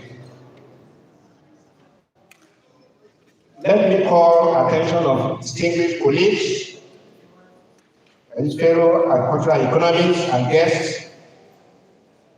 To start with, I want all of us to hold two images in our mind. Image number one is for the smallholder farmer in Niger State.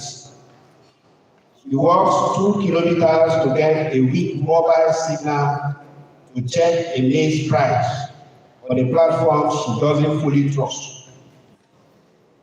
He also has of her soil quality, no has access to affordable automated irrigation, and access to credit is a shade of paper promises from local lenders. Our production is a gamble against weather, pests, and market volatility.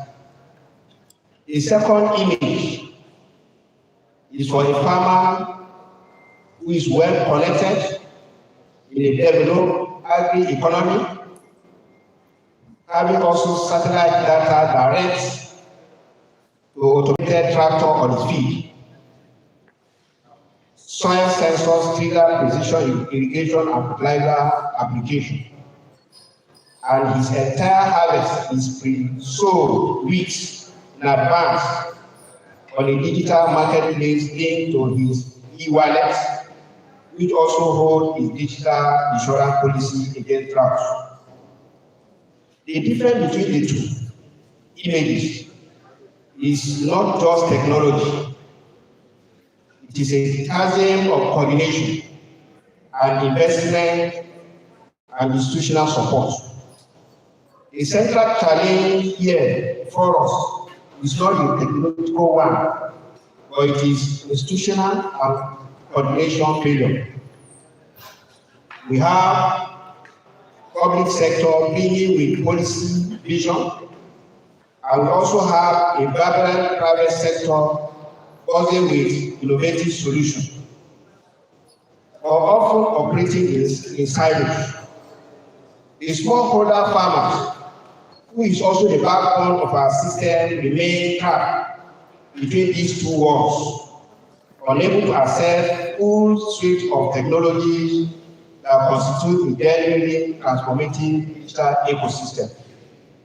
The question for us today is not if digital agriculture is the future for Nigeria, but how we can build a bridge across this chasm.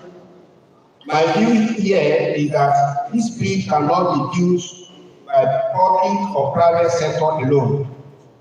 It must be constructed through strategic, intelligent, and equitable public-private partnership. This is because digital agriculture is not about gadgets alone. It is about transforming lives. It is about moving Nigerian agriculture from subsistence to sustainability, and from chance to precision. Therefore, today, I argue that the most critical technology we need to adopt is not a piece of hardware or software, but a new organizational technology that is the sophisticated, equitable, and strategically designed PPP. This is the fundamental architecture upon which the digital agricultural revolution must be built. And as we know, PPP is a long-term contractual arrangement between a government entity and private sector to deliver public services or infrastructure. And we have different types of this PPP, which I would like to first of all mention the feature first of all before the type. The feature of PPP, one is risk sharing, long-term relationship, integrated services, performance-based payments, and resource efficiency. And the types that we have include the build, operate, and transfer, BOT. That is the most common one. The private partner builds a project, operate it for concession period to recover costs, and then transfer it to the government. What we have is build, own, operate, and transfer, which is also similar to BOT. We have design, build, finance, operate, and transfer. And we also have operation and maintenance. We have also build, transfer, and operate. In this case, where the private partner build the assets and transfer ownership to the government immediately, or retain the operation and maintenance contract. But the most important information here is that technology alone is not a tool. It must work together with strategy. PPPs are institutional mechanisms to correct market failures and leverage comparative advantages for the public goods. A digital solution for Nigerian agriculture include a precision agriculture that tackles the yield gap, And in this case, we have technologies such as satellite imaging, drone, IoT sensors, and data analytics. And the other aspects take place where we have farmers giving their product direct to consumer through online marketplace. And we also have a digital platform that make farming knowledge intensive rather than labor intensive, making farming to be appealing to youth. And also, we have a platform for the e-learning, particularly in social media group, to disseminate modern farming techniques, fostering a community of 10,000 farmers. But the most important thing is the government interest, where we have a lot of activities or programs that are being given type of farms to future.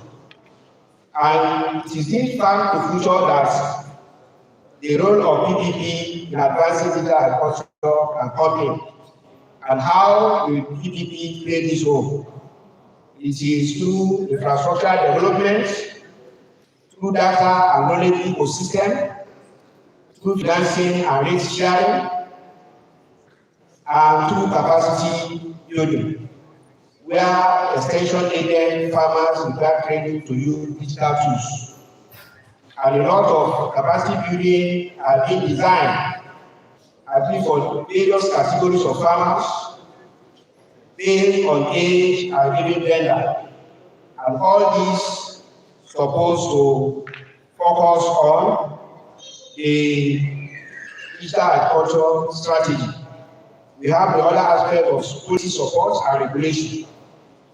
And while the PPP play a role, there are also challenges that affect the effective operation of PPP in digital agriculture.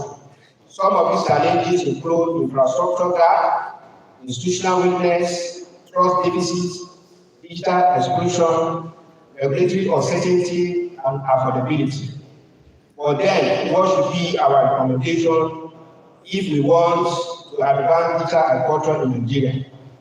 The first one is infrastructure investment, where areas like renewable energy deployed, broadband connectivity improved, and we should also have community digital hubs, and there should be incentive for private investments, and also there should be institutional framework which should bring up establishment of agricultural digital innovation council to coordinate stakeholders and develop national standards that farmers and agri-scientists will use.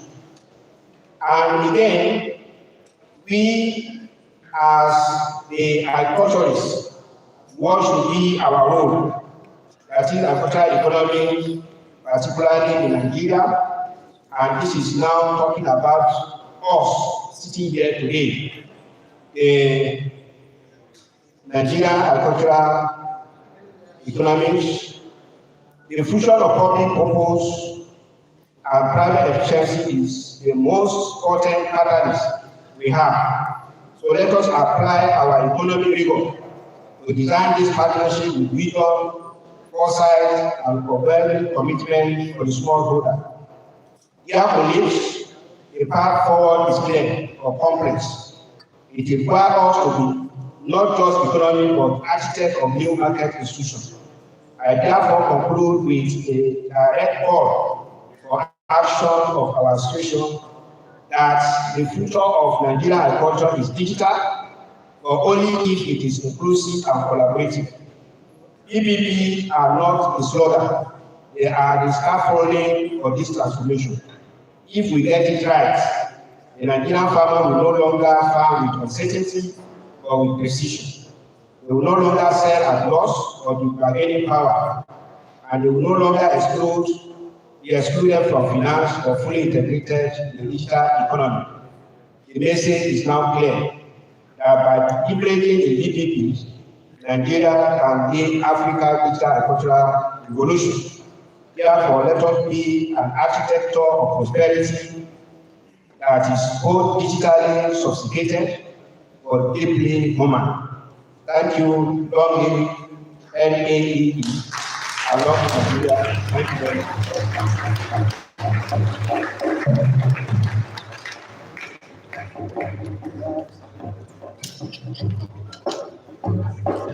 I thought you would give him another round of applause.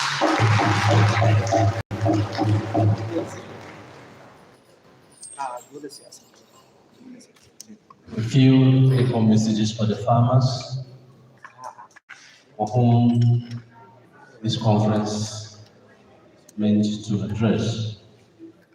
These solutions to digital marketplace to be able to help farmers help low labor intensive costs, and also be brought into the e-learning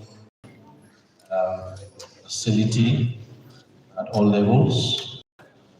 New capacity of extension agents. The Commissioner for Agriculture was speaking, alluded to the fact that the issue of extension to farmers was getting low because there's depletion in manpower. These are issues I think this conference will address when you are in public communicating. Once again, thank you very much, sir, for that erudite presentation. Thank you once again. I will be inviting the next keynote speaker to the podium. But permit me to just say a few things about him before he comes up. I didn't have the privilege of saying one or two things on the previous speakers, but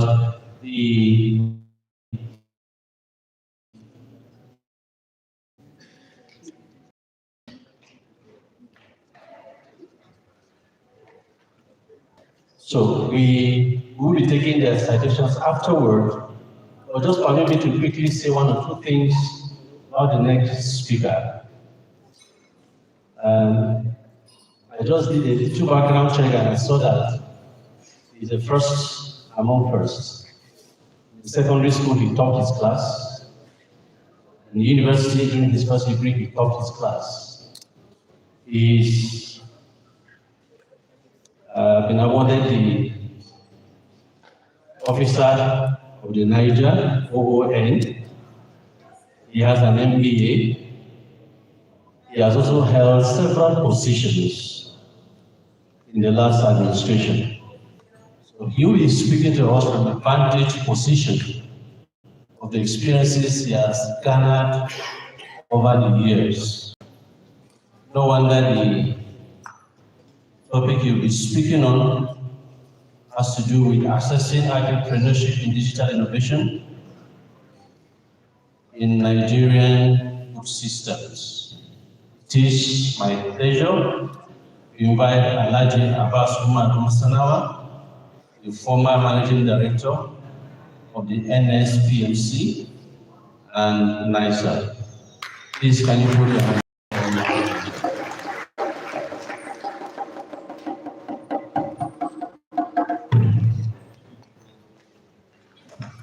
Thank you, Mr. Speaker.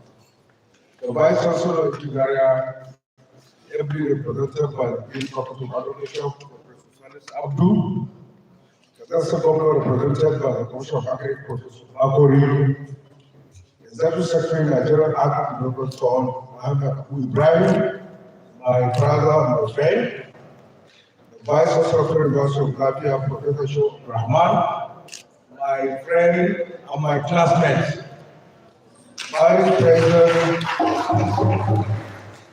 of Nigerian Agri Association of Agri Economists, Professor Deputy, HOD, Department of Agriculture Unit, and all other dignitaries present today. Good afternoon.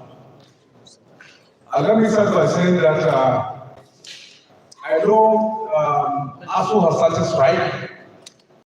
Maybe probably that's why the whole is a little bit scanty. Because I believe even me myself, the vice president is supposed to be here himself. I know the Minister of Education is supposed to be here also, so also the Minister of Agriculture. But of course, because of the ASU strike, and that's why even the venue was moved from the AP campus to this place. But nevertheless, people like us will say we must come and support the Agri-Economics Association. My topic is assessing agri-entrepreneurship in digital innovation in the Nigerian food system. I've done the protocol already. It is actually a profound, I don't really recognize the presence of the Commissioner of Agriculture and President, Mr. Murtala Dabo. Please give us a round of applause. He just came in now.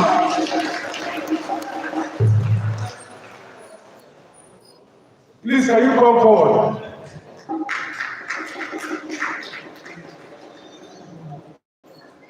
I'm sure he's representing the governor of the state, Senator Obasan.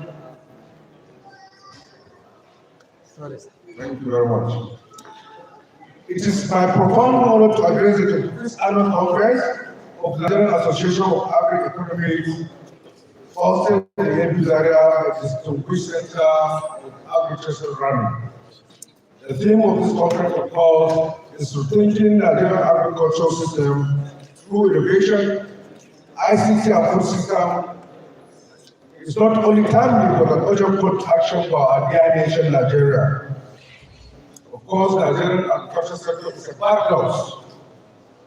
It's the largest contributor to the national GDP, employing over 30% of workforce, yet it struggles with productivity, massive post-harvest losses, and an inability to fully meet the food and nutrition needs of the rapidly growing population of Nigeria. This critical juncture demands a transformation from traditional subsistence farming to a modern, efficient, and profitable agricultural business model. My task today is to offer an assessment of agri-entrepreneurship and digital innovation in the Nigerian food system. Drawing from my experience, particularly with institutions like the Nigerian Incentive-Based Risk Sharing for Agri-Lending, NASA, while I was an MD, a former MD. I will highlight the progress Nigeria has made and the critical gaps that digital innovation was urgently filled. I want to say boldly, Nigeria, agriculture used to be our mainstay in Nigeria. Not only in the north, but in the whole country. The groundnut premium, the cotton, and all other staple crops, cocoa and the palm kernel in the south. They are the products that are feeding the nation. The bridges you see in Lagos are all built by agricultural products in the past. That was before the oil boom. And that's why a great professor of history, Professor Ahmadu, said, if God is human, then the God must be a Nigerian. And truly, if God is human, he should be a Nigerian. Why did Professor Ahmadu say that?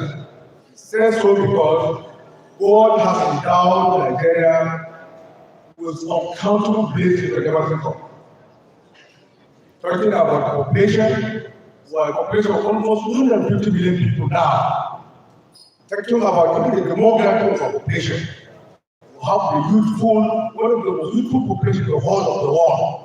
You go to Europe now, most of the population is aging. That is the reason why they are accepting a lot of migrants to go and work for them. You go to UK, you go to Italy, you go to Germany, you go to the rest of America, you go to the Southern American part of this world, even in Japan, in Austria, and the Middle East, there is still a good labor from Africa. Talking about resources, the oil deposit that Nigeria has, if even Saudi Arabia don't have that oil deposit. It's not only in the south that we have oil. We have oil in Sokoto, we have oil in Katsina, we have oil in Bauchi, we have oil in Maiduguri, and name it. We have oil in those places. They have not been exploited yet. Talking about mineral resources, everything you can talk about. Is it the diamond, is it the zinc, is it the uranium, is it the gold? Everybody can think of what happened in Nigeria. Even the weather is an advantage to us. Go to Europe. Common example, go to UK and so something. You have to check your calendar every day to check the time for Zohar prayer, or Asr prayer, or Maghrib prayer. There can be a gap, 2 hours gap between Zohar and Asr. I mean, Zohar prayer, depending on the time and the season, there may be 2 hours gap. But everywhere in Nigeria, from Katsina to Sokoto to Maiduguri to Port Harcourt and to Adamawa and Taraba, you see that you have only a gap of 5-10 minutes. In fact, even Zohar prayer is constant. Maybe Asr, some people will do it 5-10 minutes after. Maghrib is almost constant. Talk less of the last night prayer. So our even that timing, all that is an advantage to Nigeria. Talking about skills, the skills of our people. You look at everywhere you go in the world, you will see Nigeria.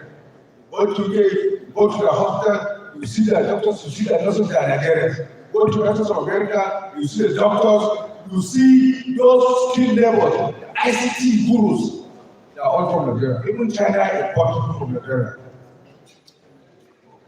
So it's a paradox that we have agriculture, but yet still it's under the blood. That we depend on oil, we depend on social power, we go hand in hand to the federal capital every month to collect money and come and share. Truly, the North has no business to do with oil. We have enough of abundant resources that we can be able to not only feed the South, but we can be able to feed the whole of Africa.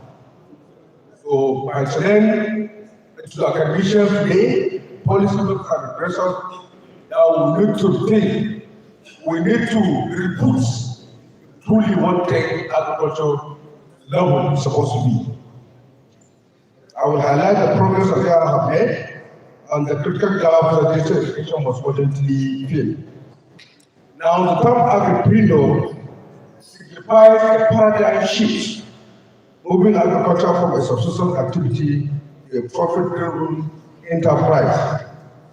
This shift is crucial for achieving sustainable food security and economic resilience. Nigeria is driven with entrepreneurial potentials. Our youth, for instance, have been actively empowered through ICT for agripreneurship. This starts off, and the SMEs, that is small and medium enterprises, are rapidly becoming the engine driving agricultural innovation. They are creating value, generating employment, and crucially changing the perception of agriculture from a last resort to a first-choice business venture. An agripreneur is not just a farmer with a smartphone. They are the women in Zaria who saw that tomatoes were being imported and built a smart processing unit. They are the group of graduates in the state who put resources to lease land, use drip irrigation, and sell their harvest directly to supermarkets in Lagos, Abuja, and other central towns. Their mindset is different. They are not for mere survival like our subsistence farmers. They are trained for stay. This shift mentality from subsistence to enterprise is the most critical transformation we must foster.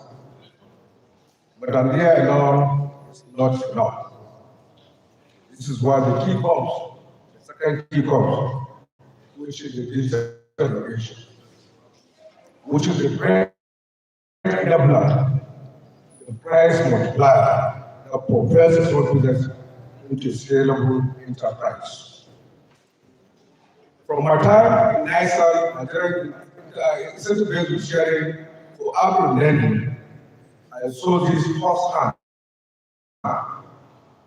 Our mandate was to raise finance in agriculture, but we quickly learned that paper-based system and traditional collaterals were failing. The real revolution comes from data. Data is the most important resource we all need. Cannot be able to plan as a country, cannot be able to plan as a state, can't even be able to plan as an individual if we don't have enough data. So data is everything. I saw how simple digital platform that connects a farmer in Katsina directly to buy a cattle, can buy from the army exploitative middlemen, ensuring the farmer profile captures the true value of their labor. This is digital innovation, creating efficient, transparent market. And I have seen how a simple WhatsApp group or a voice note alert can deliver landscape information about an approaching pest or a sudden price drop in the neighboring market. This is innovation. This is digital transformation. This digital transformation replaces the absent extension officer. The potential is breathtaking. A new ecosystem of agri-tech platforms is striving to meet these challenges. My next topic, of course, is how digital innovation is revolutionizing the Nigerian food system. We all agree that, say, 35%,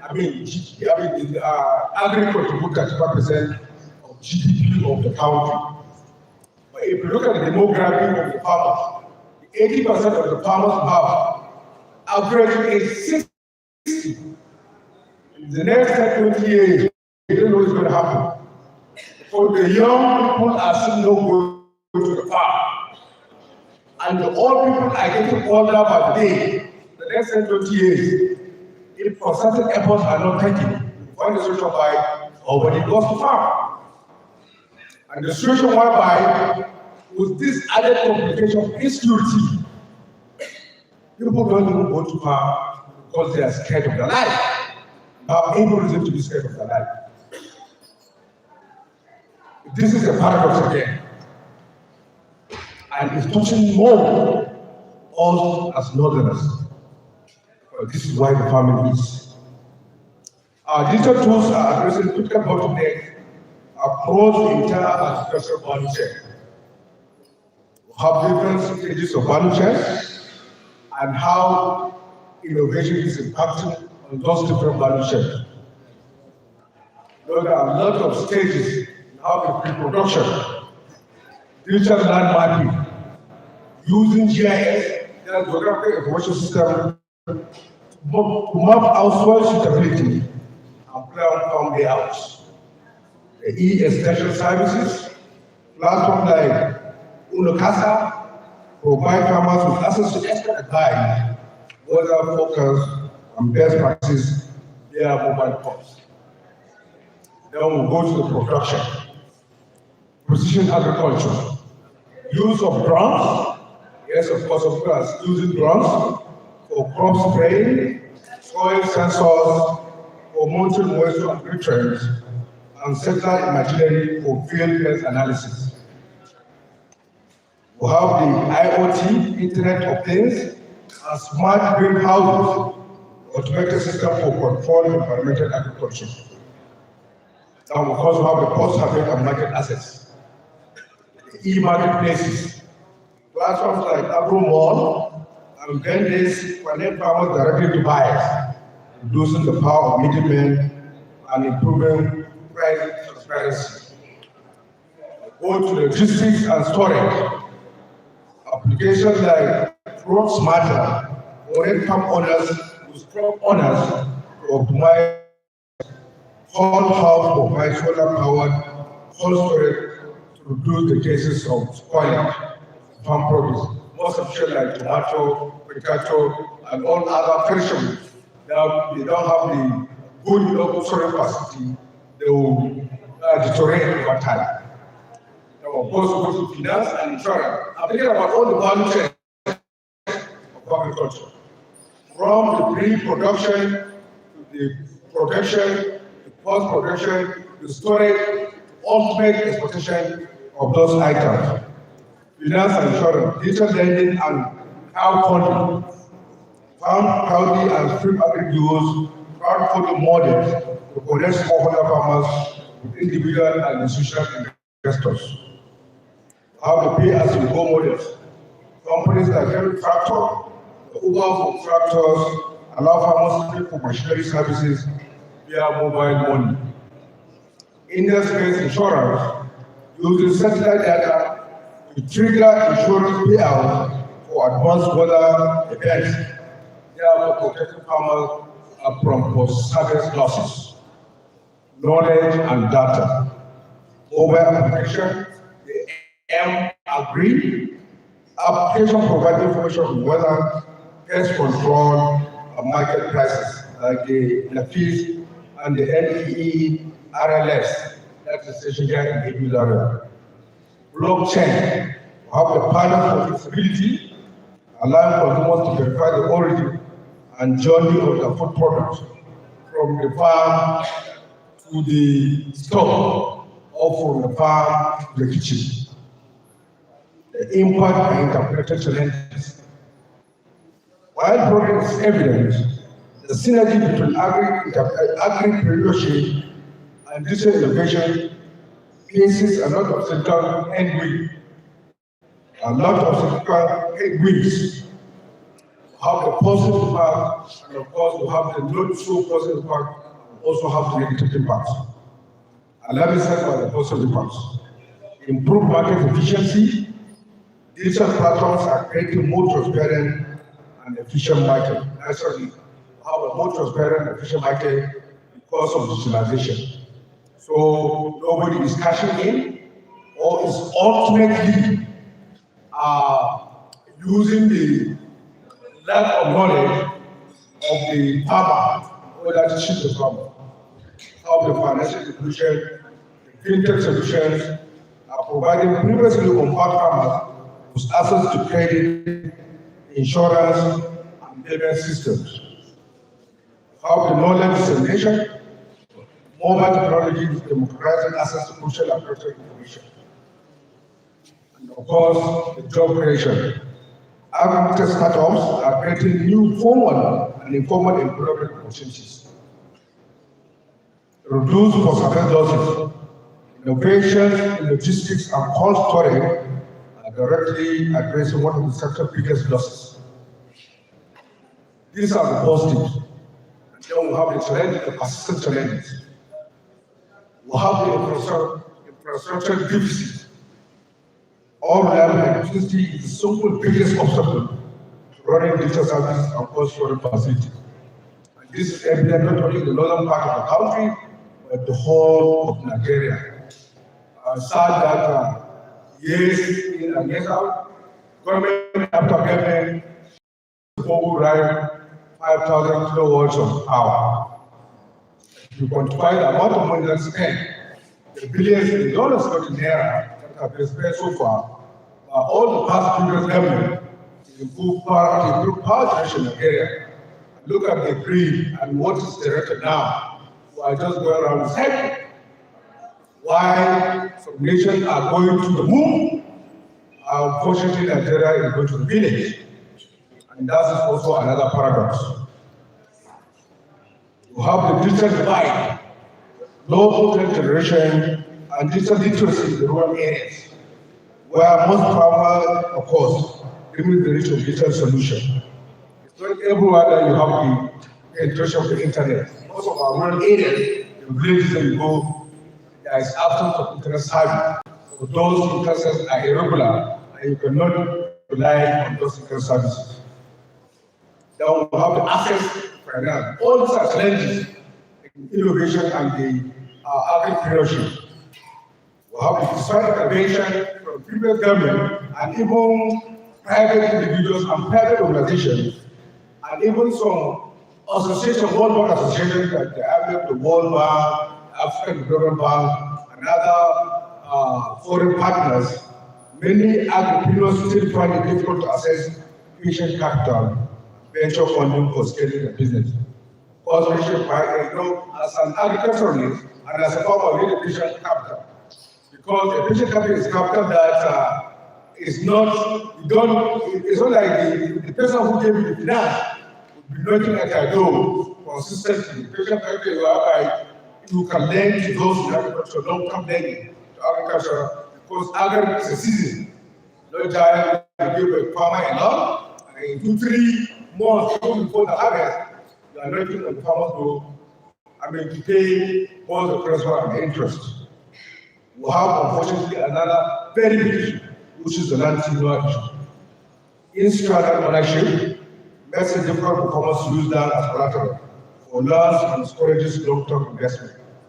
Because most of this land, they cannot be collateralized because of the land tenure system.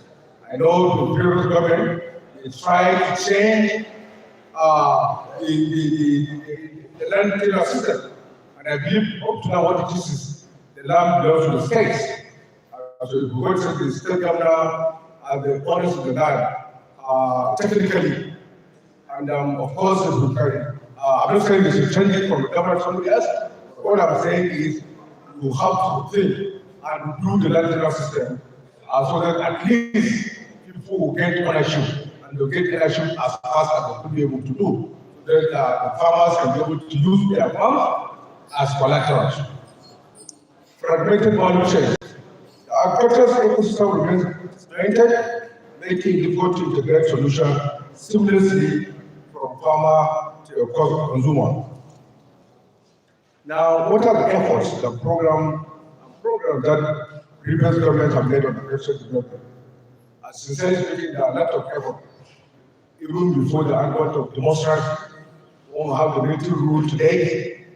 The concerted effort by the government, previous government, in order to see how we can be able to develop our agriculture as a nation. All remember the Operation Feed the Nation, I think launched by former President of the Commander-in-Chief, Olusegun Obasanjo, in the 1970s, which is a campaign to boost food production. There is strong line, unfortunately, of big sustainable impact. Lot of awareness campaign on the issue of the Operation Feed the Nation. But the sustainable impact was weak.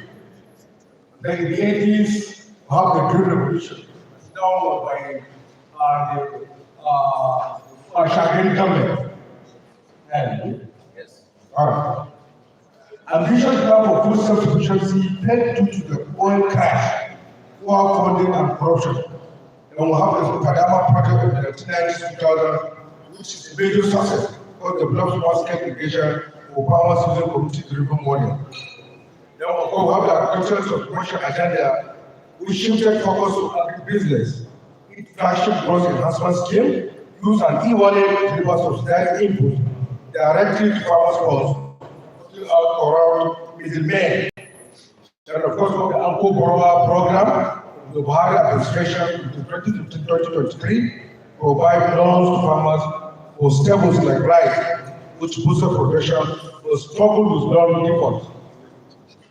We have the National Agricultural Development Fund, and fortunately, the Executive Secretary of the National Agricultural Fund is on our midst today. This is a new long-term funding model using levies to needs like mechanization and research. I'm sure ES is doing well. Can we give him a round of applause, please?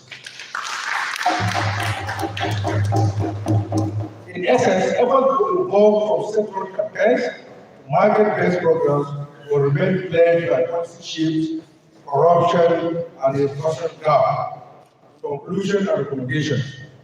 So it's not just about deciding or telling what is wrong with agriculture, but what I want to recommend. What are the conclusions? What are the takeaways from here? What are the low-hanging fruits in agriculture? What is it that we can be able to put in our pocket and go after we leave this conference so that we can go back and start implementing? Public-private partnership, PPP, for infrastructure, government must prioritize rural education. Through mini-grids, alternative sources of energy like solar, wind, and road networks, potentially partnering with tech arms who have a vested interest. Because government cannot do it alone. Government doesn't have enough resources to put infrastructure, but they have to collaborate with the foreign and local partners so that together we are able to build infrastructure for agri to grow in Nigeria. We have the policy reform, government will enact and enforce policies that shall learn tenure, simplify business registration for agri businesses, and correct tax and sanctions for investment in agri-tech. I'm happy that the Commission of Agri from Katsina and Kaduna are here. I believe that Kaduna State are one of the major producers in agriculture. So I pray and believe the government will do something about the issue of the land tenure administration, because that's why we need to start. Targeting capacity building, integrate agripreneurship and digital skills in the agriculture education curriculum, all levels to build a new generation of tech-savvy farmers. And this is a big challenge for the academician here today. There has to be a curriculum that starts not only from the university level, but primary level, where a curriculum is built and inbuilt, so that if you now ask the primary school, just take a sample and go to a primary school and ask them, anybody who wants to be a farmer to raise his hand. I don't believe we get 2 hands that are raised. Incentivize agriculture, subsidy of other companies. Unfortunately, Nigeria needs about 11.5 million metric tons every year. 11.5 million metric tons. So this year, government imported about 500 metric tons of generally rice and the rest. Look at the meat, but there's a lot of distortion. Look at the percentage of the need, the product that we need. Vis-a-vis what was imported to the country, just like 1 over 20 needed. But then 1 over 20% has distorted the market. You bring the price of fertilizer about 60,000. So anybody who farm this year may not be able to farm next year. But if you look at even the price of diesel, you look at the price of maize today, it's almost like less than 30,000 to buy a maize. So if you use 50, 60 to buy a fertilizer, and you sell your milk at 10,000, I wonder what money will you have for next year to go back to the farm. We have the tariff policy to discourage importation and local production. Importation is not good for the country, no matter how you look at it. We have the anchor growers scheme. I'm sorry, Mr. Moderator, this is very important and critical. And I think I need to mention it. We have a situation whereby a lot of, through the Apple Growers program, a lot of rice mills, those sprung up overnight, a lot of them. And they spend the cost of the local farmers to bring in the paddy so they can be able to get production. Go around the rice today. Most of those rice mills are closed shop because they cannot be able to compete with the foreign rice, and that's the truth. So you not only shortchange the millers, but you also lose employment because a lot of people lost their job.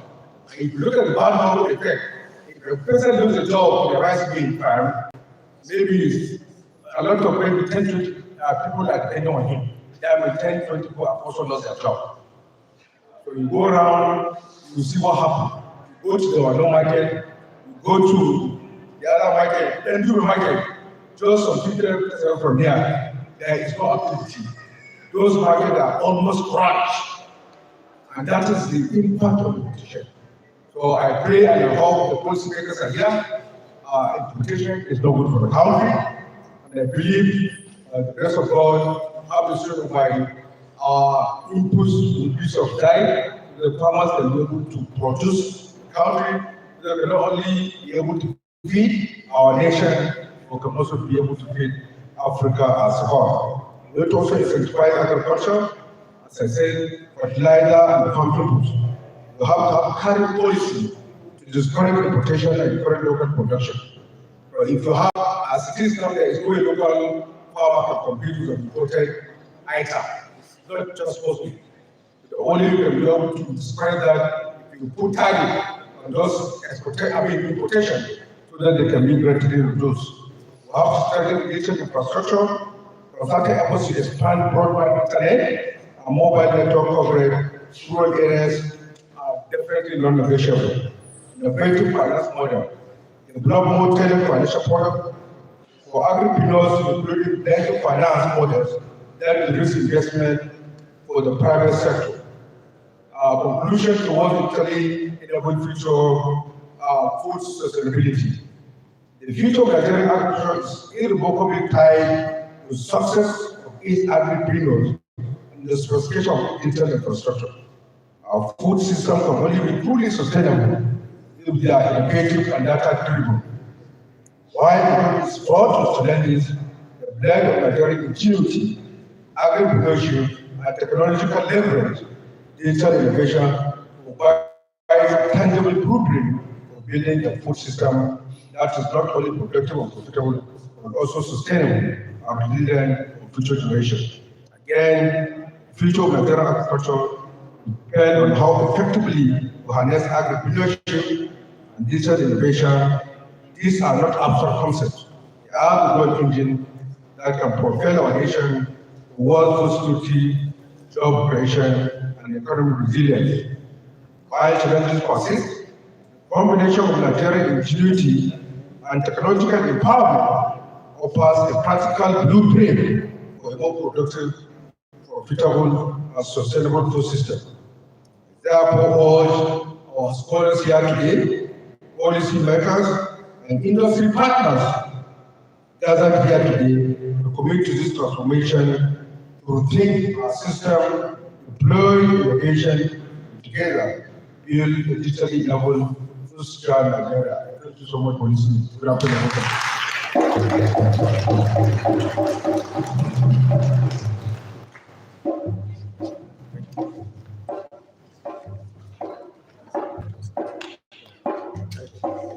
That club is a hungry slap.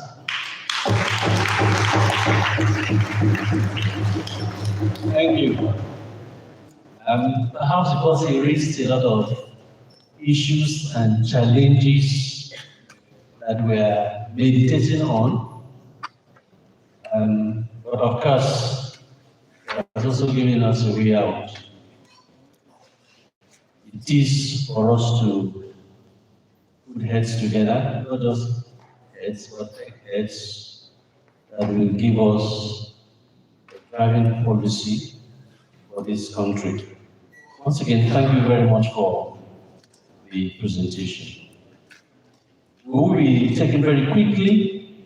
We'll move to the next stage. We'll be taking awards. And we want to invite Professor Ahmadu to perform this function.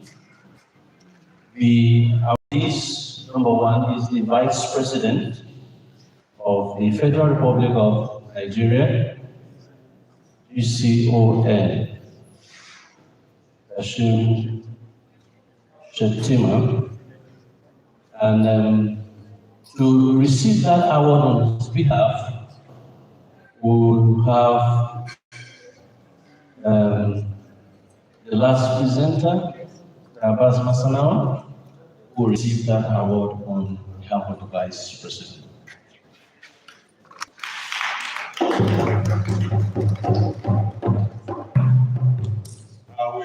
Because I'm not a politician, and it's a very high political presentation. So the two commissioners in our midst will do the presentation on my behalf.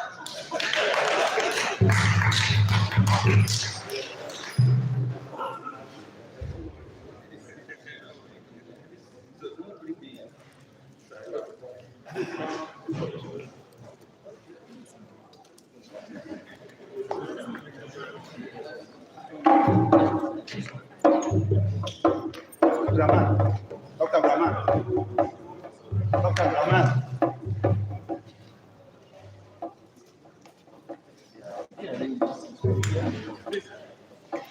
Dr. Brahman. Come on.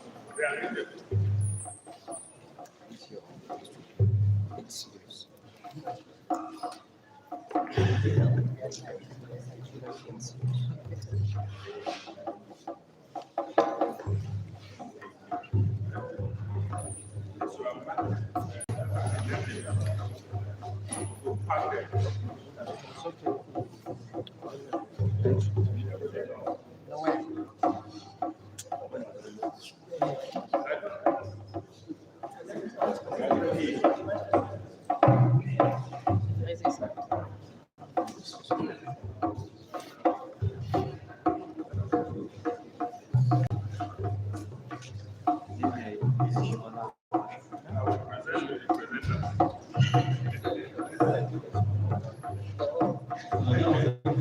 the two commissioners are presenting on behalf of the association.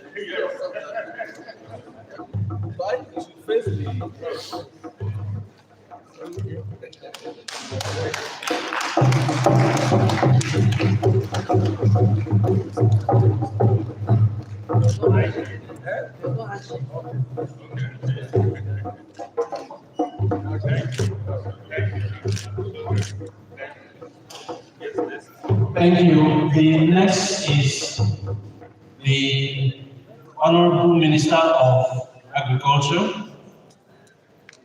Both the senior and state will be received by Mohammed Ibrahim.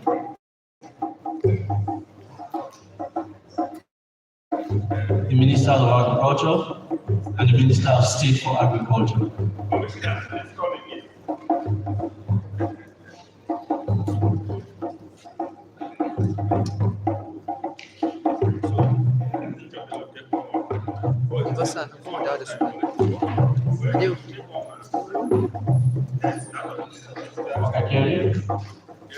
Minister of State.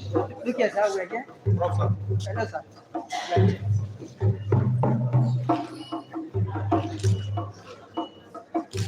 Next is the Minister of State.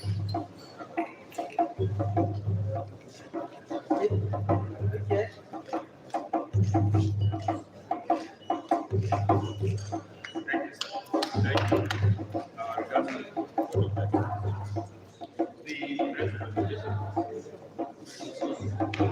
The Executive Governor of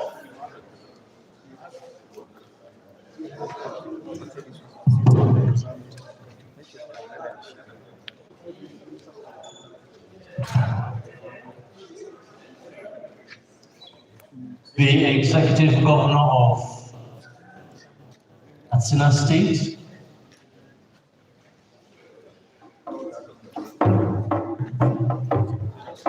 Yes, that of Katsina State also represented by the Honorable Minister, Commissioner for Agri.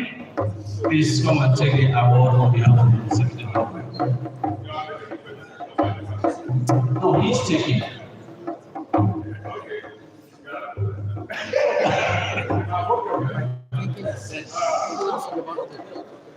Please, can the Vice Chancellor come and give this award, please? Let's do that. The Vice Chancellor. Thank you.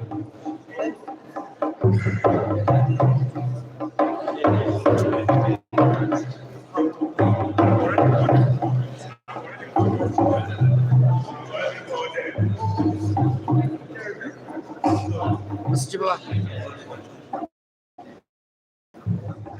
A san abin da ake. A wani kambe na ru. Or with this. Muna san nan. Who is presenting?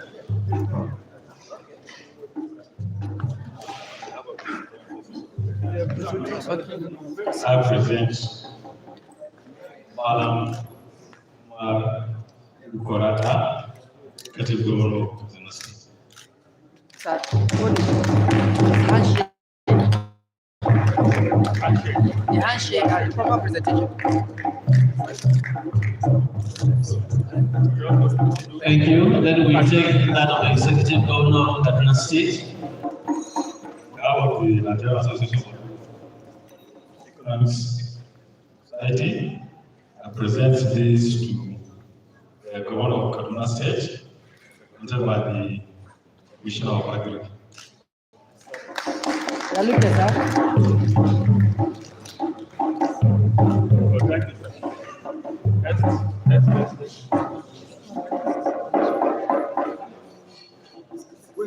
The Vice Chancellor, Ahmadu University Zaria.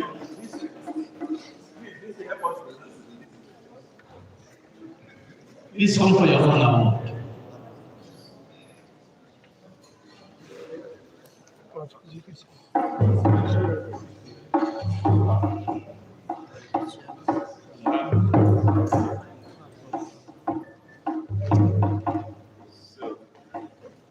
Yes, you are presenting.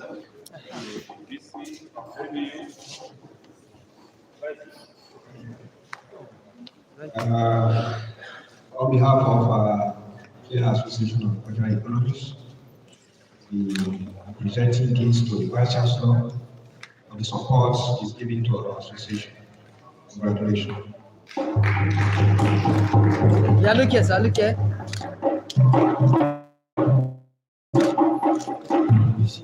Okay, just She will now present to the Vice Chancellor, Professor Zaria.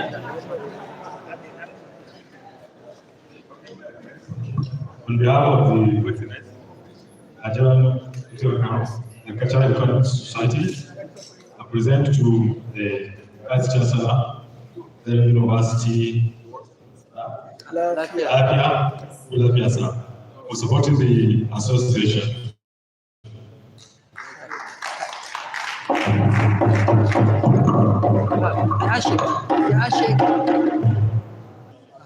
Thank you, sir.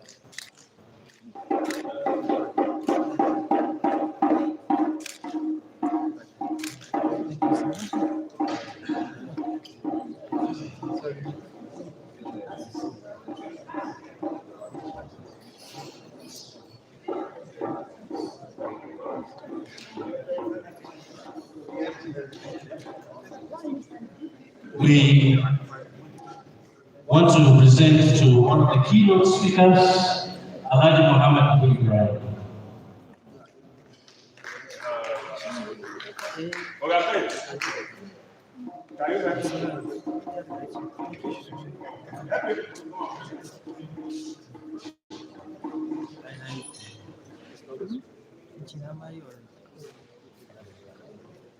Is it the one presenting? Where is the microphone? thank you, sir. So, on behalf of the Nigerian Cultural Economics Institution, we wish to present this award to you.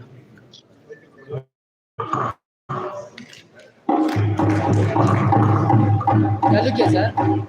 This way. Great.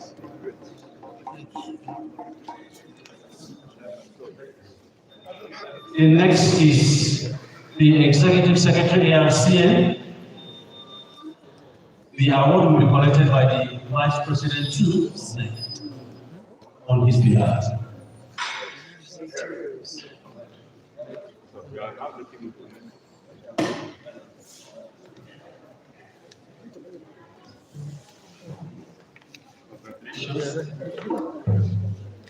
Of NAAE.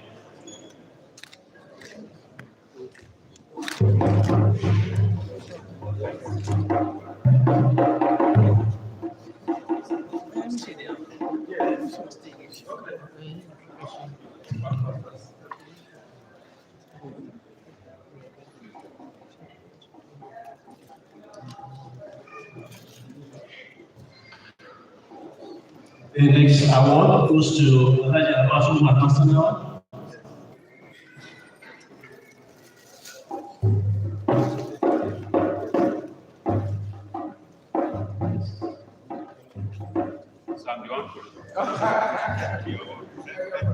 Great. Yes.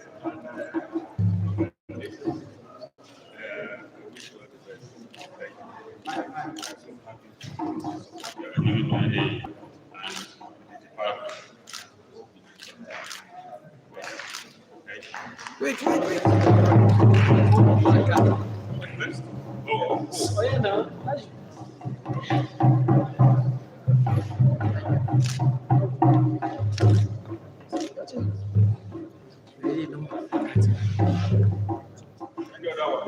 Yes, the next one is to Dr. Ibrahim Lula, the CEO of 200 million trees.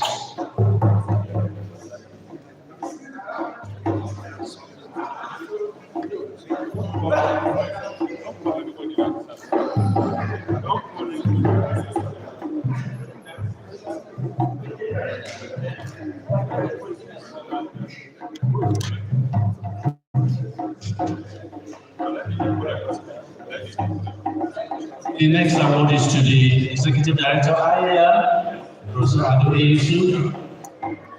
The Dean Faculty of Agri will please receive the award on his behalf. Thank you.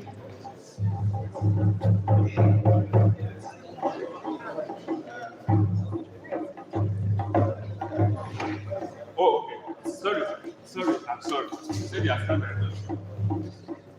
Please. Invite Professor Ayasha, the AD Extension, to please come and receive this award on behalf of the Executive Director. Thank you, sir.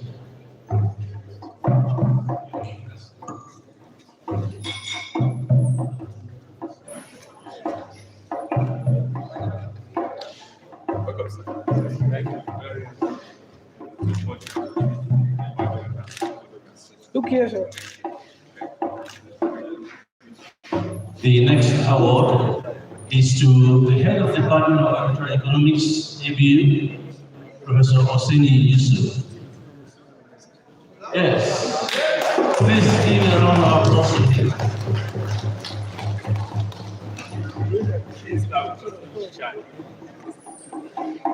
The star on this presentation will continue to shine for him. And we are quite happy. Mostly, I was here in 2004 when we had the last conference. And I'm here today 1 year later. Today has been better than that 1 year. And it's as a result of it. Thank you very much.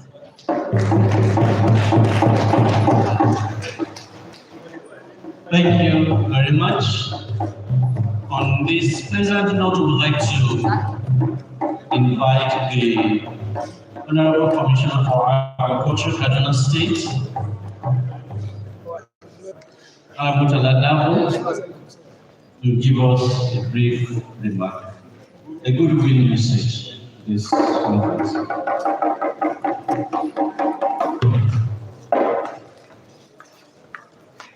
Well, good afternoon, everyone. I beg to adopt protocol that was established before I came. And I want to apologize for coming in late because there was a program where our real estate GDP survey we were doing the validation today. And we all know how important agriculture is as the mainstay of not only the state, but even the country at large. The GDP contribution of agriculture is what it is. Though I had different numbers being called, but it's the highest in any case right now.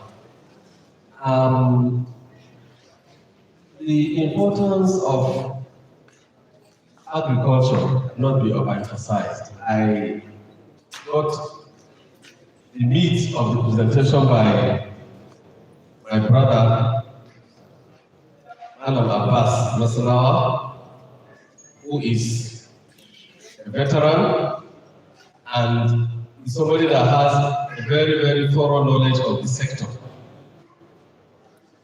So, personally, I challenge him that he needs to personally also invest heavily in the sector because of the obvious benefit by way of return and by way of, most importantly, job creation, and he's already doing that. So, even from the survey, the validation exercise that we did today, it's very clear the contribution of agriculture. If you check the value chain from primary production, right from inputs, all the way to the table, it's huge. It provides employment to our people, especially for us in Kaduna State. More than 60% of our populace are engaged in agriculture. So it's a sector that we must be very serious about. And it contributes highest to the GDP. Though, when we are validating, I saw that services is beginning to overtake That was as at 2024. 2025, I told them at the validation session that because some of the challenges that dropped the contribution is the security issue. A lot of our farms were inaccessible, but gradually we are recovering, and the primary production, if you move from Kiwa all the way to Bidungari, you see the hectares. And the current wet season assessment by NAAE showed that clearly that we have recovered significant part of our farms and that a lot of agricultural activity is taking place. Not without challenges. I had the submission from my brother Ahmadu, and I would boldly say government is planning, is doing a lot. There is a lot in the pipeline, this I know, because we are pushing. Where the farmers go to cultivate and take their hours, sweat, they need to be compensated with a handsome return. And the prices of commodities in the last few weeks has not been encouraging. But I want to assure this forum that something is being done. Government is aware, is getting cautious, and as a government, we have a duty to support farmers. Because if they boycott and refuse to go to farm, then the food security will be under great threat. And the potential is there, a lot of potential along the whole value chain. So the government will come in, we have the National Food Reserve that has been depleted, which will naturally soon be replenished. So the government needs to come in and pump money and give competitive price to our farmers, which I think that has been expected. And I will say, on behalf of my governor, that we are very conscious of the importance of agriculture, especially to our state. And that is why we are deliberate. In the last 2 years, you see the support, the push we have given towards that sector. And the innovations that Bello mentioned, mechanization, use of e-extension, drone technology, a lot will be done. Let me say will be done. And the years of NADF just left, I know that is something we are even talking as a state. And a lot of money is now being pumped to the Bank of Agriculture because we must fund agriculture. And as a government, we have owe it a duty to build the infrastructure. No matter what private sector people will do, basic things like irrigation infrastructure is one area that has a lot that needs to be done. Because we are now at the wet season. 2-3 months down the line after harvest, people will be quiet.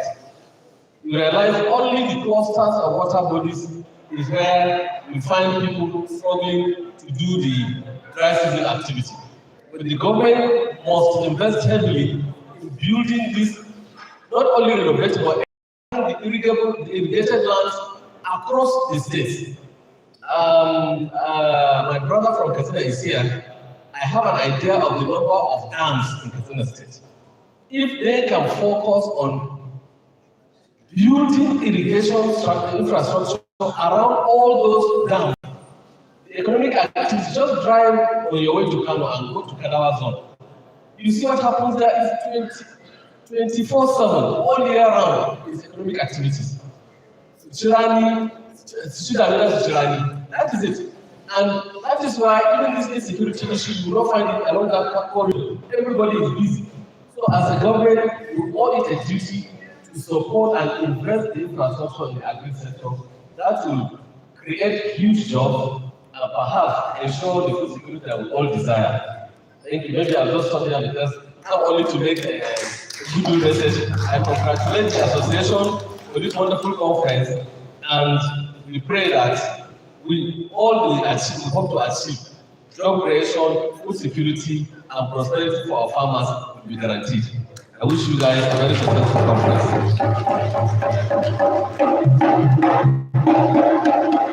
Thank you. you very much to the Honorable Commissioner for Agriculture, Kaduna State. This is a case of Hassan and Husseini. I can't see the Honorable Commissioner for Agri Katsina anymore. Oh, okay, sorry. Are you saying well? Yeah, I think I need additional classes. Thank you. The program leader for irrigation of IAR is here seated, Professor Hamza Mani. Please, can you stand and see you? There are a lot of irrigation technologies developed by the Institute. I believe you will have a chat with them before they go. Thank you. Please, the following you are here, can you step out to the registration table? Ikechukwu Samuel Obiajulu and Babadahiru Gombe. Please go to the registration table. Somebody needs to talk with you there.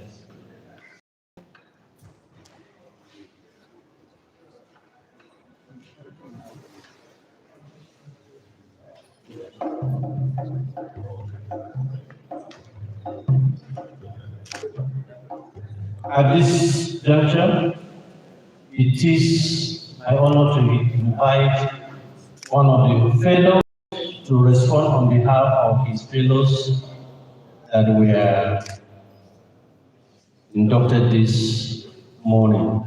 Professor Eric Ebo, please.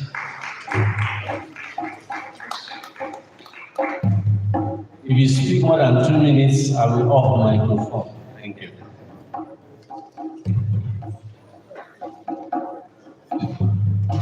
Chairman, highly respected dignitaries, please kindly permit me to adopt the established protocol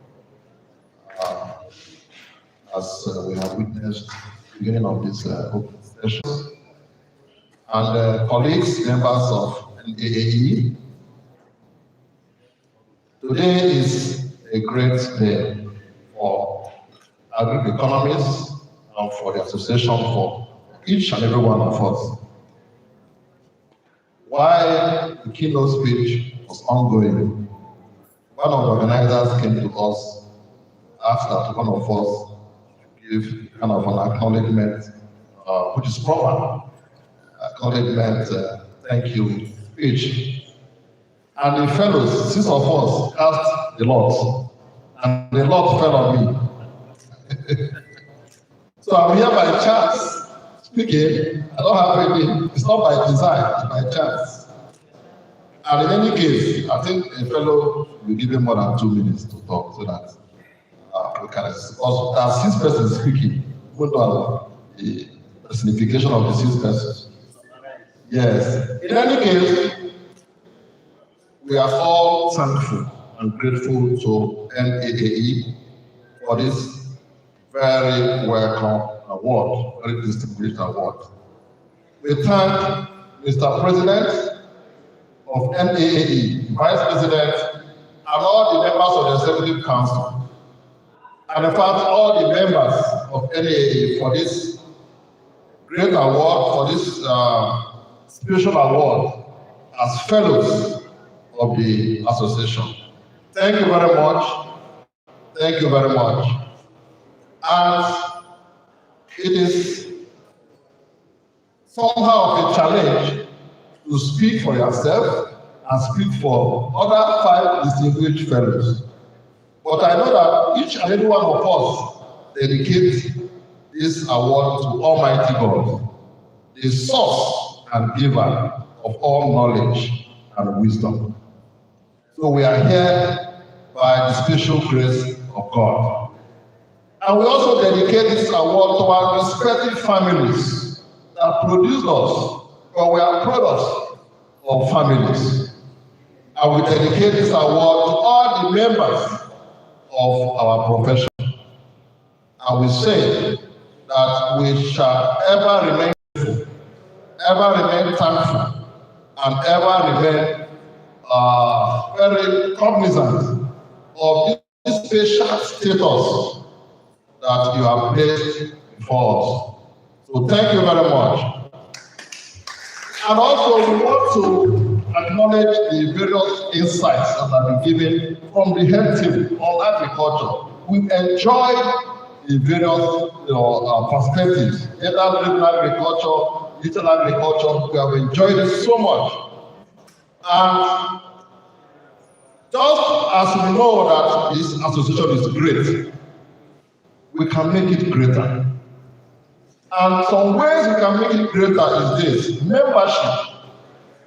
Mr. President, Mr. Vice President, and members of the ESCO, can we have it as a principle that every department of agricultural economics, whether of a state university, federal university, or private university, should have a desk officer of this association in that university? A desk officer as a counterpoint is very, very important. Because we need the membership, we need to mobilize. Because this also is about capacity building, about mentorship. Secondly, we can make this association greater by having greater policy impact. As economists, we also want to be at the table, the policy round table. We don't want to be recipients and reactive participants in policy making.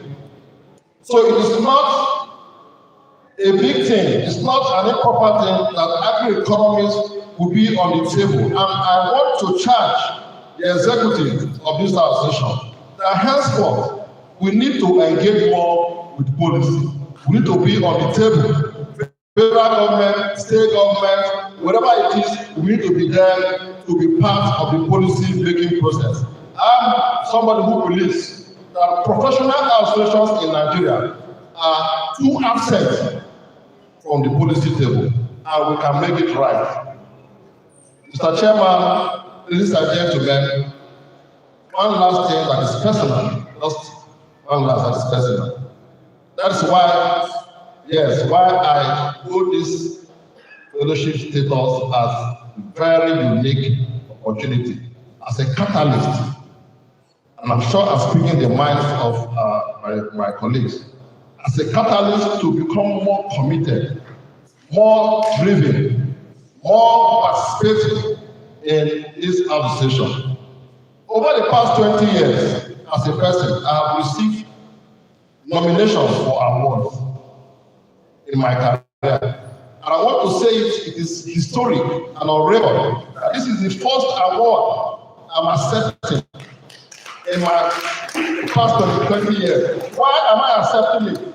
Because it is an award by professional, academic, and research colleagues. It's very important. The primary constituency is the most important.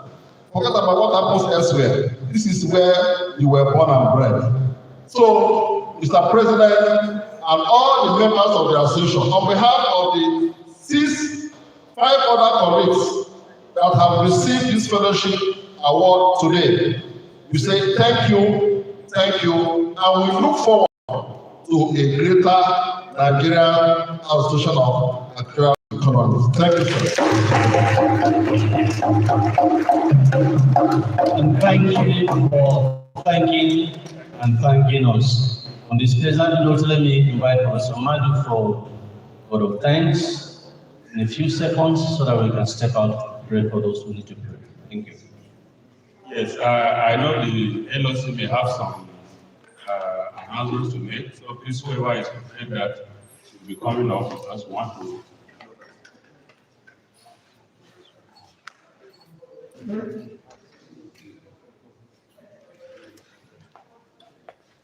Okay, thank you. So, first I want to acknowledge and I want to maintain the existing protocol and acknowledge all of us that have raised this open issue. I want to thank you very much. Just a sign of commitment you have to development that have made you do. So, thank you very much for coming. The Commissioner of Kaduna State, there was one time we were in a meeting. So, was a union meeting, so the union president was reporting back. Said they went to see head of the institution, and the man said, look, I don't know how this thing happened. I say, he said, no, if you are divided by a wall and the other person is doing something, all you need to do is to look inside his own side of the wall and know what he has done. So you are sitting, there's a wall between you and Katina did something. You better look over to him.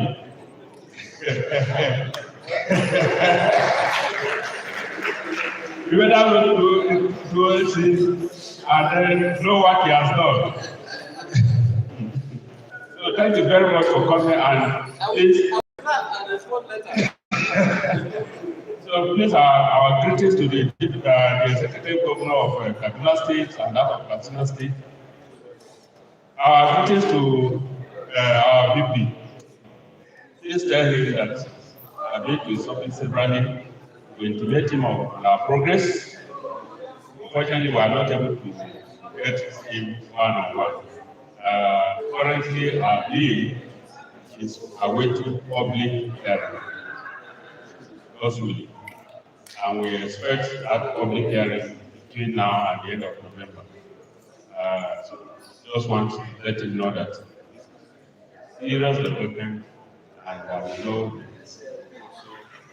be interested in it. So please, our regards to him. Yeah, he's a fellow. He's a fellow. I know. He's a fellow. So and to everybody that have come, the participants, we welcome you. The conference is just and I've been informed. You know, the people that keep record, they have to keep record. So he said the representative of the VC, or maybe he will have to start. He didn't say that the conference is declared open. So I don't know whether you will decide to do it now or you want to ask somebody else to do it last. Eh? No, we are not closing now.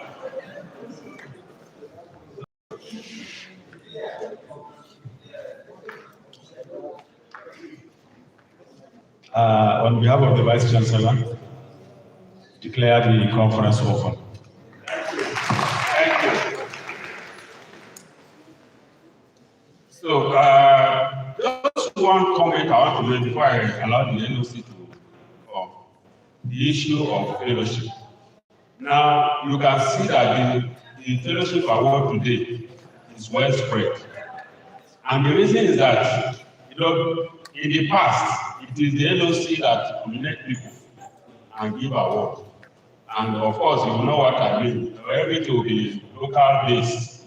But we have changed the system and individuals are actually nominated. And I want to inform you that NEC has said that from now on, we are going to stick to our timeline. Nominations will be called immediately after now, and will close by the end of March. Nominations will be closed, and it is unfortunately all the people that got the fellowship today are professors. There is nowhere where it is stated that it's only professors. But you must be nominated by a member of the association. In the past, we have called for nominations, we have to be looking for more nominations to at least get some number because people don't. So I want to encourage us. You cannot nominate yourself, so I mean, you know what that means. So you can talk to somebody to nominate you if you are interested, or you cannot nominate yourself. And you can only nominate in one cycle. You can only nominate one person in a cycle. You can't nominate more than one. So please take note of this.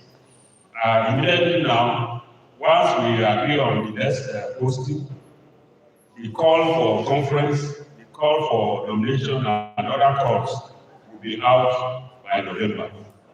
For the fellows, the nomination closes by March next year, God's willing.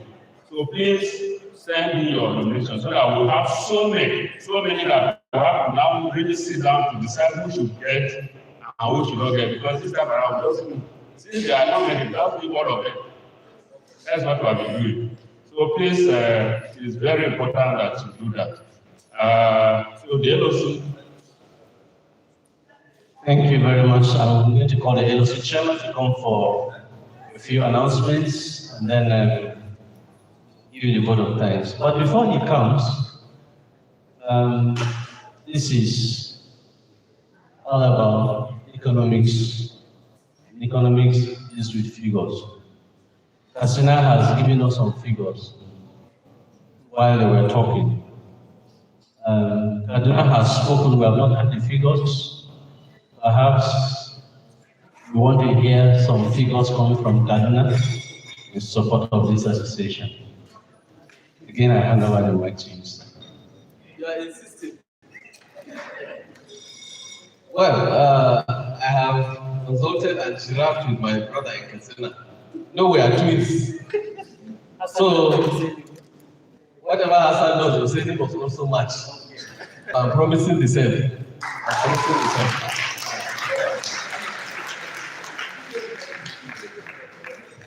Thank you very much, Hassan and Husseini.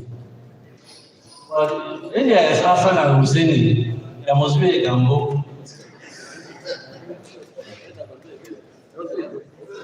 So I don't know who I will choose as Gambo here among you to respond. Or will the house give you one Gambo so I can give the microphone to?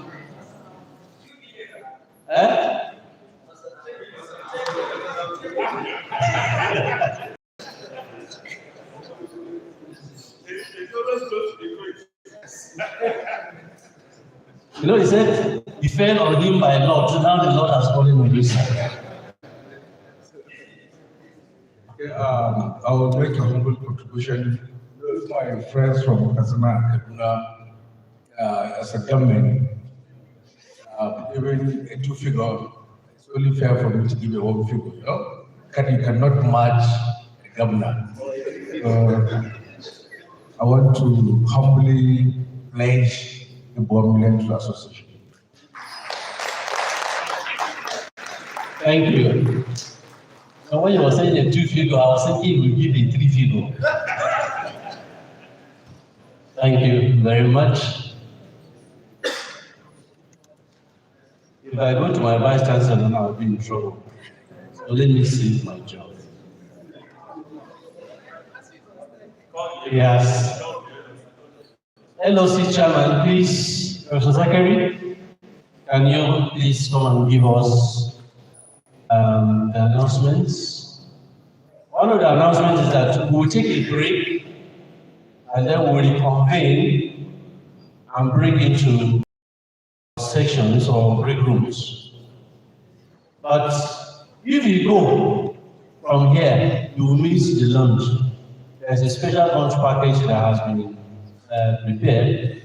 And then the breakout rooms will be just before, and not 5 as stated in the program. Because the number of venues or rooms that we're giving are only 4. So please try to fit into any of the 4 groups that will be given to us. But before we, where's the LOC chairman? I'm waiting for him. No, it's not an announcement, it's not to give a vote of thanks. Okay, please, we would like to take a group photograph. The high table will remain where it is. Others can please stand behind them so that we have a clearer view. Please, we can break into groups. Those in the middle can come and take. Those on the other side can also come and take with them. So we have a group photograph. Thank you. You know, there's something there. You cannot. We also want to capture the banner that is there. Thank you.